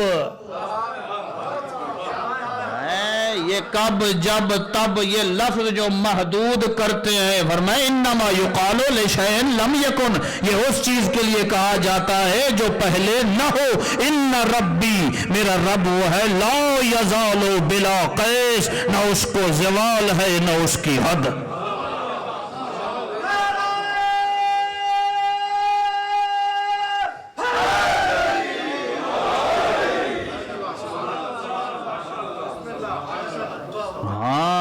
صفتوں کا مالک ہے، صفتوں کا موصوف نہیں ہے.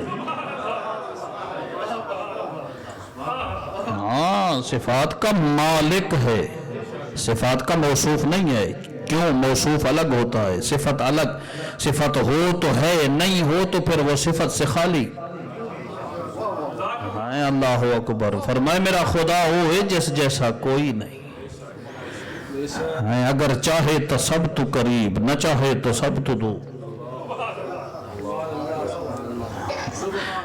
جدہ چاہے تو سن گنے، نہ سننا چاہے تو نہ سنے. منے تو ہر کہیں دی من گنے، نہ منے تو کہیں دی نہ.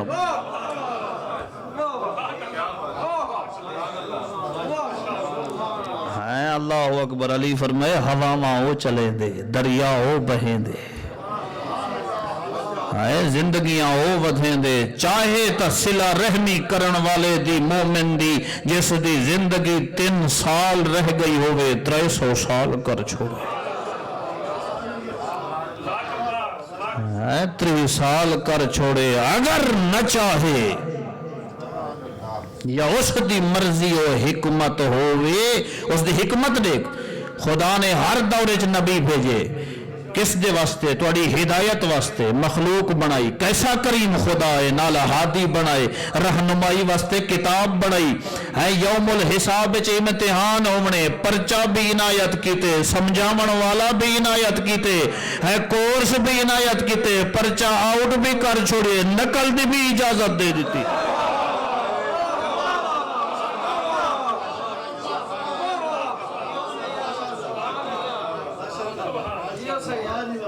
دنیا کوئی ایسا امتحان ہے؟ سبحان اللہ. تسی بڑے بڑے امتحان دیتے ہیں، وڈائے صاحب بڑے امتحان دیتے ہیں. فلاں صاحب نے بڑے، فلاں بڑے، عاشر صاحب نے. یونیورسٹیاں جڑے پڑھا لے حضرات ہو، اسٹوڈنٹ ہو. شرفا کدی ہے بھی کسی پاسے جا کے لو نہ بوٹی ذرا تو دیکھو حشر کیا ہوندا ہے. سارے پرچے آؤٹ کر کے آدم تو گھن کے محمد تک، محمد تو گھن کے مہدی تک نقل دی اجازت دیتی ہے. جی میں اے پڑھدے ونجن تو میں پڑھدا ونج میں قبول کریں.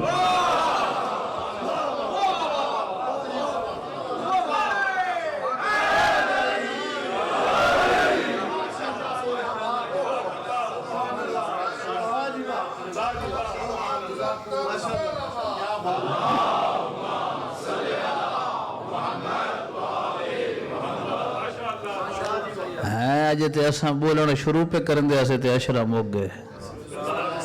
اللہ تمہیں سارے نو سلامت رکھے.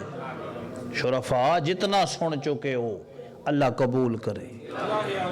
خدا سانو اس تے عمل پیرا ہون دی توفیق مرحمت فرما. شرفا ایک بچہ، ایک مثال دین لگا. صلوات پڑھو بلند.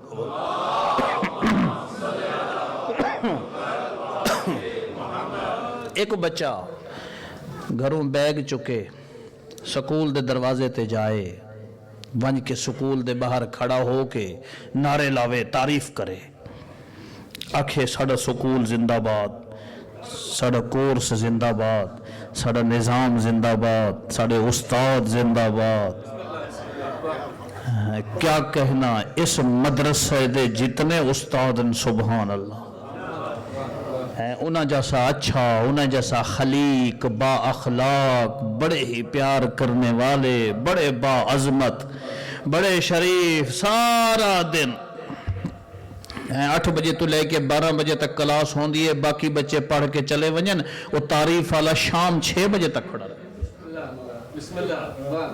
شام 6 بجے تک سارے بچے 4 گھنٹے جاندے ہیں. اے 10 گھنٹے سکول دے باہر. او بچے چپ کر کے ونجن کلاس وچ بیٹھن، ون کے پڑھن لکھن، واپس آ ونجن. اے سکول دے باہر کھڑ کے صرف سکول دی تعریف، عملے دی تعریف، کورس دی تعریف. کوئی سمجھ رہے ہو؟ تساں سارے انصاف نال دسو، سارے چھوٹے بڑے بزرگ شرفا، اگر او پورا سال سکول دی تعریف سب تو زیادہ کردا ہے، ٹائم بھی سب تو زیادہ دیندا ہے، ذکر بھی سب تو زیادہ کریندا ہے، ہن سال بعد جدہ اس بچے امتحان دینا ہے، پاس ہو سی یا فیل؟ بھائی اسے اتنی تعریف کی تھی سکول دی، کمال ہو گیا، کیوں فیل ہو سی؟ کورس دی تعریف کیتی آئین دی تعریف کیتی اساتیز دی تعریف کیتی سبحان اللہ کردا رہا تے فیل کیوں ہو سی پڑھیا کوئی نہیں احسنتم توڑے کول بھی اللہ استاد بھی بھیجن کورس قرآن بھیجے گل پسند نہیں آئی پچھلے آنوں استاد بھی بھیجن کورس بھی بھیجے ہے کورس قرآن ہے کورس تورات انجیل زبور تیرے کول قرآن اساتیز 1,24,000 تیرے کول 12 امام 14 معصوم ہے جڑا کورس بھیجے اس دے پاسے توجہ نہیں استاد دے جملے تے توجہ ہی نہیں بس استاد زندہ باد کورس زندہ باد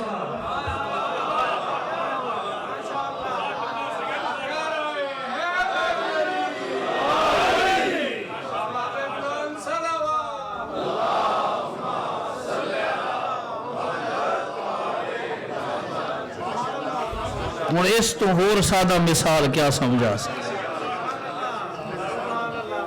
ہے استاد آکھڑا ہے وہ میری تعریف نہ کر میری گل مان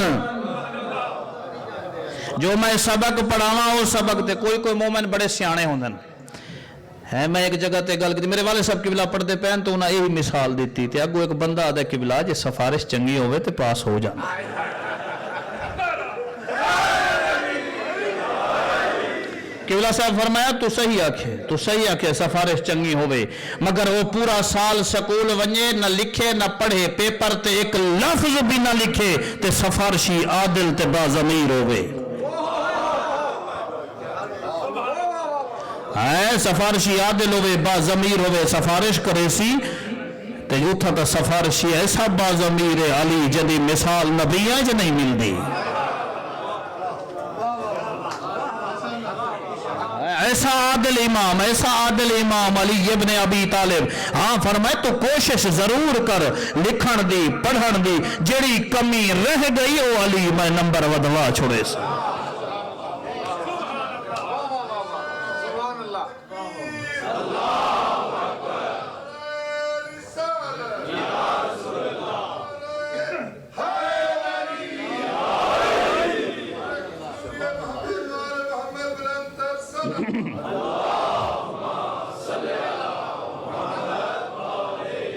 اس واسطے تینوں کوشش دا آکھیا معصوم نے خط لکھے عامل بصرہ نو میرے مولا علی پورا نہیں پڑھتا وقت نہیں شرفا لیکن مولا نے اسے کیا آکھے کہ میں علی 2 روٹیاں 24 گھنٹے ہیں اگر میں علی 2 روٹیاں تے گزارا کرداں 2 چادراں تے گزارا کرداں الا انکم لا تقدرون علی ذالک کہ توڑے وس دا کم نہیں ہے علی کر سکدا ہے لیکن تساں اگر اتنا نہیں کر سکتے کم از کم ولیکن اعینونی بورء واجتہاد وعفت وصداد نیکی اور پاک دامنی دی کوشش دے نال علی دے مددگار تے بنو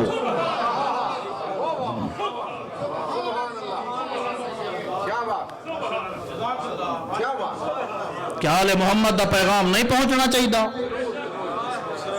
کسے ایک امام بارگاہ پہنچنا چاہیے کسے ایک جاتے پہنچنا چاہیے یا ہر جاتے پہنچنا چاہیے ساڑھا کم ہے پہنچاوان وما علینا قرآن دے الا البلاغ ہمارا کام ہے پہنچانا کوئی مانے اس کی مرضی کوئی نہ مانے اس کی مرضی ہر جگہ تے شرفا خرچ ہوندے مجلس تے خرچ کر دیو اجتماع جمع ہوندن اتنے بڑے اجتماع جڑا کٹھے ہوندن شرفا آپس وچ پیار اخلاق وحدت اتحاد اوے علی والے 2 نہیں ہوندے علی والے ہر جا تے ایک ہوندن سیدہ فاطمہ الزہرا فرمائے طاعتنا نظاما للملہ چونکہ میں بی بی دے خطبے دا ذکر کیتا تے ہن 2 جملے اس دے بھی سن لو طاعتنا نظاما للملہ و امامتنا امانا من الفرقہ سیدہ فرمائے ساڈی اطاعت ساڈے منن والے نو نظم و ضبط سکھے دی ساڑی امامت گروہ بندی اور فرقہ بندی تو بچیں دیئے ہو سکتا ہے قیامت والے دن سیدہ تیرے کو پوچھے میں دشمن دے دربار کھڑے ہو کے آکھے ساڑی امامت گروہ بندی فرقہ بندی تو بچیں دیئے تسا ساڑی امامت دے ناتے جدا ہو گئے ہو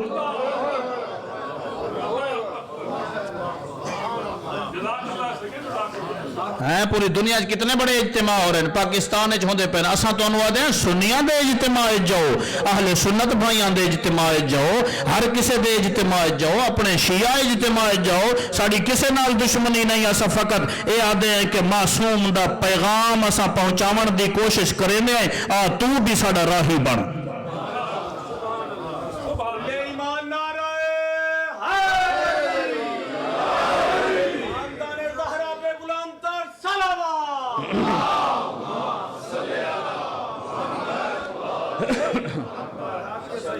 میرے آقا علی فرمائے ان لک اخوان فی الدنیا دنیا میں تیرے دو طرح کے بھائی ہیں دو طرح کے اخ لک فی الدین ایک وہ جو آپ کا مذہبی بھائی ہے ہم مذہب ہم فرقہ ہم گروہ وَأَخٌ لَكَ فِي الْخَلْقِ علی فرمائے دوسرا تیرا وہ بھائی ہے ہو سکتا ہے اس دا مذہب جدا تیرا مذہب جدا تو سنی ہو شیعہ ہو دیوبندی اہل حدیث فرمائے مذہب جدا اپنی جگہ انسانیت کے ناطے تیرا بھائی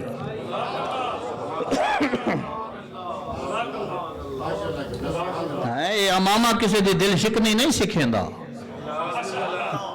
اسا دل شکنی تا نہیں کر رہے اسا تینوں پیغام دے رہے ہیں معصومین دا کتنے مراکز ہیں کتنا اتحاد ہے کتنی وحدت ہے اگر کوئی نہیں آیا تو سا جاؤ اگر دو بھائی آپس لڑے ہوئے دو سگے بھائی حسین دا عشرہ آئے گزر جائے انہاں دی لڑائی بحال رہے تو کیسا مومن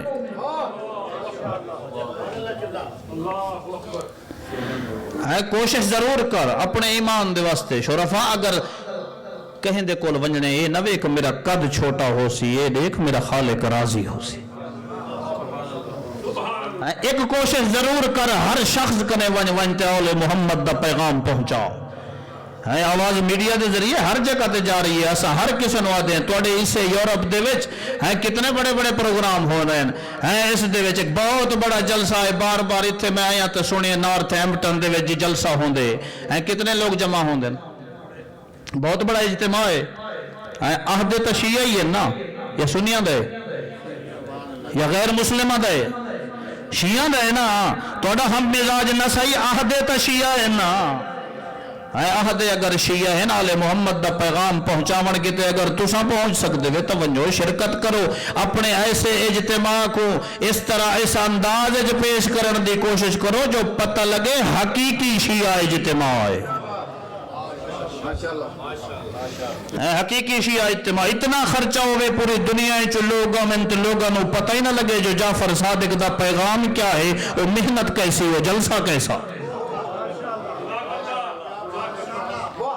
اس واسطے پیغام پہنچے وحدت اتحاد پیار کوشش دا دامن جاری رکھو اپنے مذہبی پروگرام شرکت کرو اگر تواڈی نگاہ کوئی پروگرام اس قابل نہیں کہ اتھا شرکت کیتی جائے اگر اچھے لوگ نوے سو تو ماحول اچھا بڑسی کی میں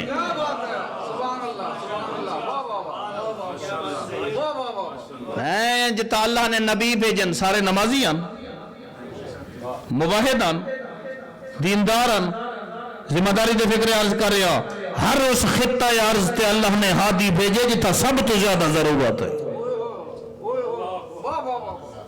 دوسرے مذہب نال بیٹھو تساں نال بیٹھو فکر دا مقابلہ فکر نال ہوندے جنگ نال نہیں تمام مسلم فرقے کوئی اہل سنت ہے کوئی کسے مذہب دے ساری کسے نال جھگڑا نہیں کیوں اسا علی ابن ابی طالب دے منن والے ہیں جن علی دے منن والے ہیں علی جیسے عالم امام دے منن والے دوسرے مذاہب والے نوادن آؤ اگر توڑے اندر علمی حیثیت ہے علم نال سڑا جواب دیو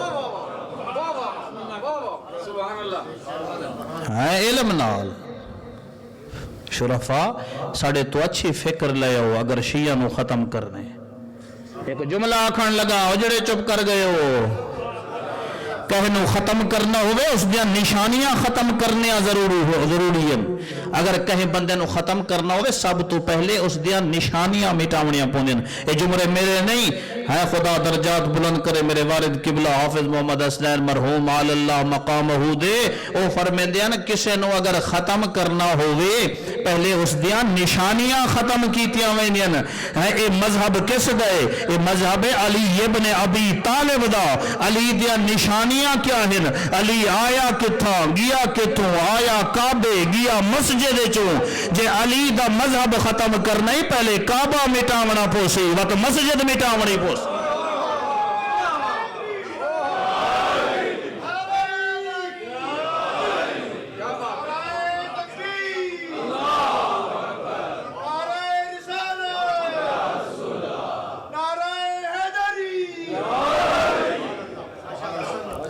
جب تک کعبہ باقی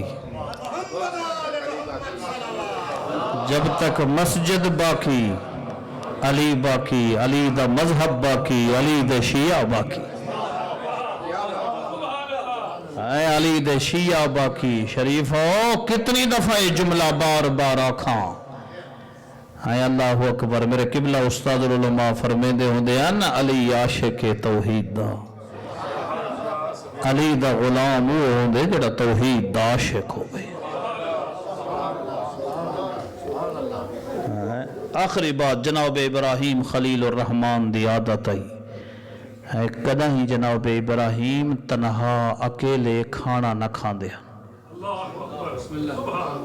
ہیں کدی بھی کھانا تنہا نہ کھاندے ہیں مہمان لے آونا گھر بٹھاونا اس دے نال بیٹھ کے کھانا کھانا ایک رات آدھ رات ہو گئی ہے تو ابراہیم کل مہمان کوئی نہیں خلیل الرحمن چراغ چوک کے رستے جوان کے کھڑن ایک شخص گزریا دن او شخص میرے گھر مہمان کوئی نہیں آ مل کے میرے نال کھانا کھا اور کوئی سن دے بیٹھے ہو کوئی چپ کر گئے ہو جلے آئے نا جناب ابراہیم خلیل الرحمن اس نے لے کے گھر رہے کھانا رکھے اللہ دے خلیل نے اس ہاتھ بڑھائے تو بسم اللہ نہیں پڑھی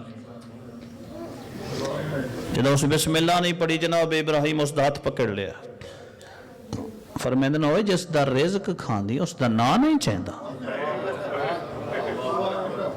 ہے تو بسم اللہ نہیں پڑھی اس نے کہا میں تیرے خدا نو مندہ ہی نہیں میں نا تے تا چکا جو میں مننا جلے میں مندہ نہیں میں بسم اللہ کیوں پڑھا جناب ابراہیم کو غصہ ہے فرمیندن میرے دسترخوان تے دشمن خدا دی جگہ نہیں تو اٹھی وائیں اللہ اکبر ادو اے اٹھے ادو اس کریم دی آواز آئی ہے وہ کیڑا کیڑا خدا دا لطف تے کو سناوا کیڑی کیڑی عنایت سناوا ہے تیری مرضی تو جی میں سنے اللہ دا ذکر ہے جس ذکر کو علی بڑے شوق و ذوق نال کرے دا ہے اس کریم دی آواز ہے ابراہیم بڑے ڈنکے ان تیری مہمان نوازی دیا جو بس ہو گئی ہے میرا اللہ تینوں نہیں منے دا خدا فرمائے اگر نہیں منے دا تو میں کو نہیں منے دا تائیں کیوں اٹھائے خدا دے کرم تے بول سکتے ہیں شریف ہو تائیں کیوں اٹھائے مالک کیا کرا ابراہیم ہونے اٹھی جلدی جا اس نو واپس بلا اس نو واپس بلا جناب ابراہیم اٹھن دوڑن باہر ہیں سڈے او شخصا وہ جڑا کھانا چھوڑ کے آئے کھا دی جا وہ ڈر گئے وہاں کے اگے اٹھایا سنو مریں دے وہ ڈر تو دوڑے آڈر سختہ پچھو ابراہیم ہی دوڑے جدہ جناب ابراہیم وہ جڑا کھانا رکھا ہے کھا دی وانج وہ سکھے یا اتنا سخت یا اتنا نرم کیوں ہو گیا ہے جناب ابراہیم ادن ہو جس دے نا دی وجہ تو تینوں اٹھائیں وہ کریم ادائی کو واپس بلاؤ ہے کیوں کس واسطے وہاں کہ میرا خدا دے اگر نہیں منے دا تو میں کو نہیں منے دا تیرے دسترخان تے تیو جا ہک ہے میں خدا دے دسترخان تو یو جے ہزارہ کھا کٹرو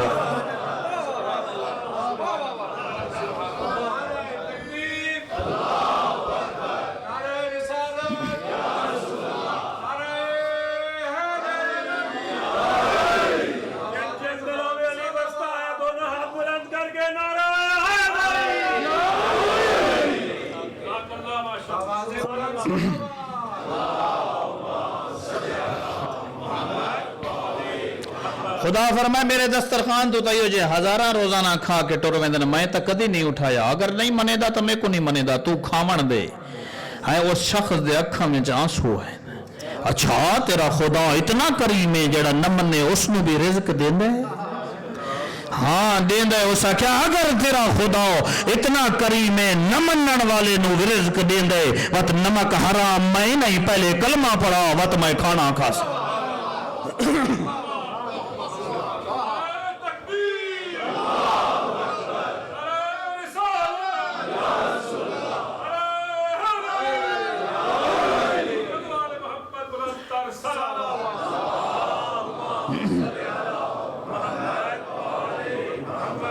کہیں شاعر نے خوب لکھے سجاد دا بابا آئی دنیا تے ایک رات دہے مہمان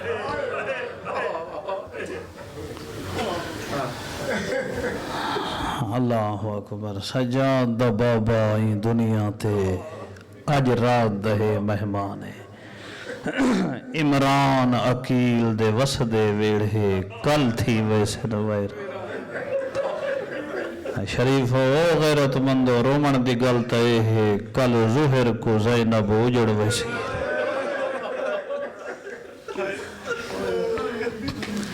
کل ظہر کو زینب اجڑ ویسی اللہ اکبر شریف ہو بہو سونا پترا حسین دا علی اکبر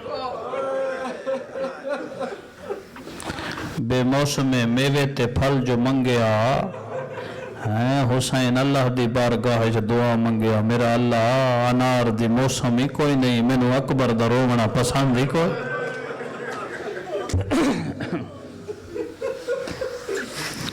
اللہ اکبر بہت بڑے عالم گزرین بڑی موحد شخصیت علامہ محب حسین مرحوم وہ پڑھتے ہوندے ہیں میرے والد صاحب قبلہ ہی پڑھتے ہیں ایک رات آدھ رات دے ویلے اکبر دی اماں اٹھی ہے نا کیا ڈیٹھے سینا لفظات مجلس نہیں ختم ہو گئے میں نہیں پتا تو کی میں سن سے حسین جو اٹھے نا اکبر دی اماں جناب لیلہ اٹھی ہے کیا ڈیٹھے بی بی حسین اکبر دی سران دی آیا بیٹھے پتر دا منہ بیٹھا چومدہ ہے بی بی اکھے لال بطول دا جی کی میں رو کیا دیتا ہے آج ڈیٹھے میں ہر رات 3 دفعہ اکبر دی سران اللہ اکبر محسن ملت حضرت علامہ صفدر حسین نجفی آل اللہ مقامہ شرفاء فرمیندے ہوندے ہیں جنہ شام دے وچوں واپس آئے نا سجاد مدینے دے باہر خیمہ لگوئے میرے مولا سجاد بیٹھے یا ایک تھکا ماندہ شخص خیمے چ داخل ہوئے جنہ آئے نا مولا فرمیندے شخص آت تھکا ہوئے ہیں کھانا کھا دس مولا فرمیندے شخصا تھکا ہوئے ہیں کچھ دیر سمجھیں یہ سوتا ہے جلے سائیں کے اٹھائے نا چند قدم گئے تے واپس آئے دیکھ کے دے سید سجاد میرا خیال ہے تو سمیں کو پہچانیا نہیں جلے لفظہ دے توجہ کی تھی بیٹھے ہو میرا خیال ہے تو سمیں کو پہچانیا نہیں مولا گو ایک جملہ آکھے فرمیندے جڑا کھانا کھا دائی اکبر دی اممہ پکایا اجرو کو عمل اللہ جڑا کھانا کھا دائی اکبر دی اممہ پکائے یادے جے پہچانیا نے تو وقت میں نو کھانا کیوں دیتا نے رو کے فرمیندے نے ہوں ویلے تو ساڑا مہمان ہوں ویلے اساں تیرے مہمان سے آج تو ساڑا مہمان آئی جی میں تو آپ کو جڑ دی آئی تو ساں کی تھی جی میں سا کو جڑ دی ہے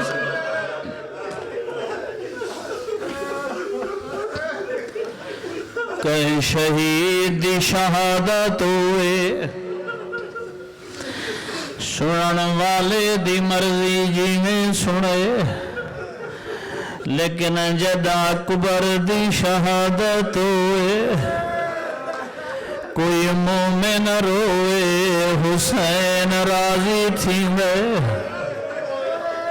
کہیں دے اکھے چانسو آوے حسین راضی تھی میں کہیں دی سرد آوے حسین راضی تھی میں توجہ نال سنے اللہ نہ کرے کوئی مومن روے نا آنکھیں چانسو بناوے وات جنت چو حسین آپ رومے آدھائی چپ جو بیٹھائے تین ڈٹھا جو نا میرا اکبر کتنا سونا अजरुकुम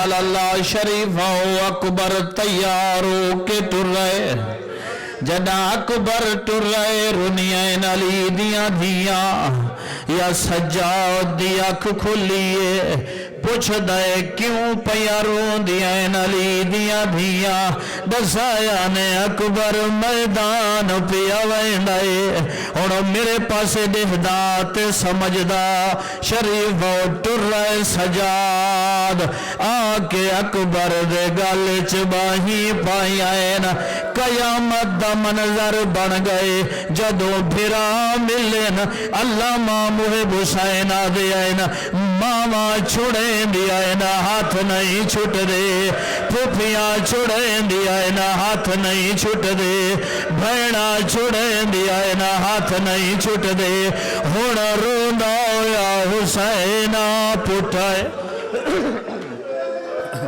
रोंदा होया आप उठाए पुत्रां दे हाथ च हाथ पा के आदा बस करो मेरी अपनी किस्मती में आई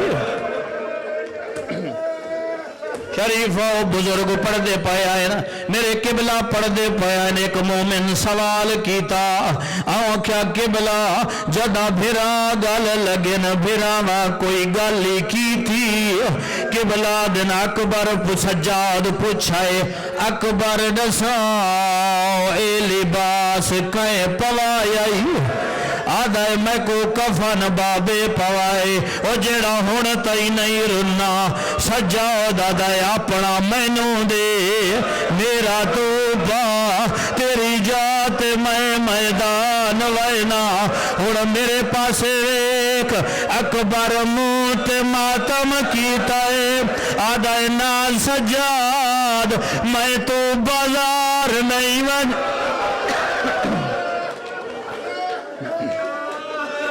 आज रोको मल्ला हुण आया है मैदान जदा मैदान आया है एक लाइन वार कीता है अकबर जीन तो ढला है तेनू हुसैन टुर रहे किवें टुर रहे इब्ने असाकिर सुन्नी मुअर्रिख वादे सैन सकीना रिवायत करेंदी है आदि मेरा बाबा खैमा दे आधे चा जदा अकबर आखे बाबा मेरा सलाम इंज तेजी नाल उठाए खयाम दिया रसिया नाल अड़ के 7 दफा मुंह दे बाहर झड़ाए वत उठाए आदा उबाला नथी में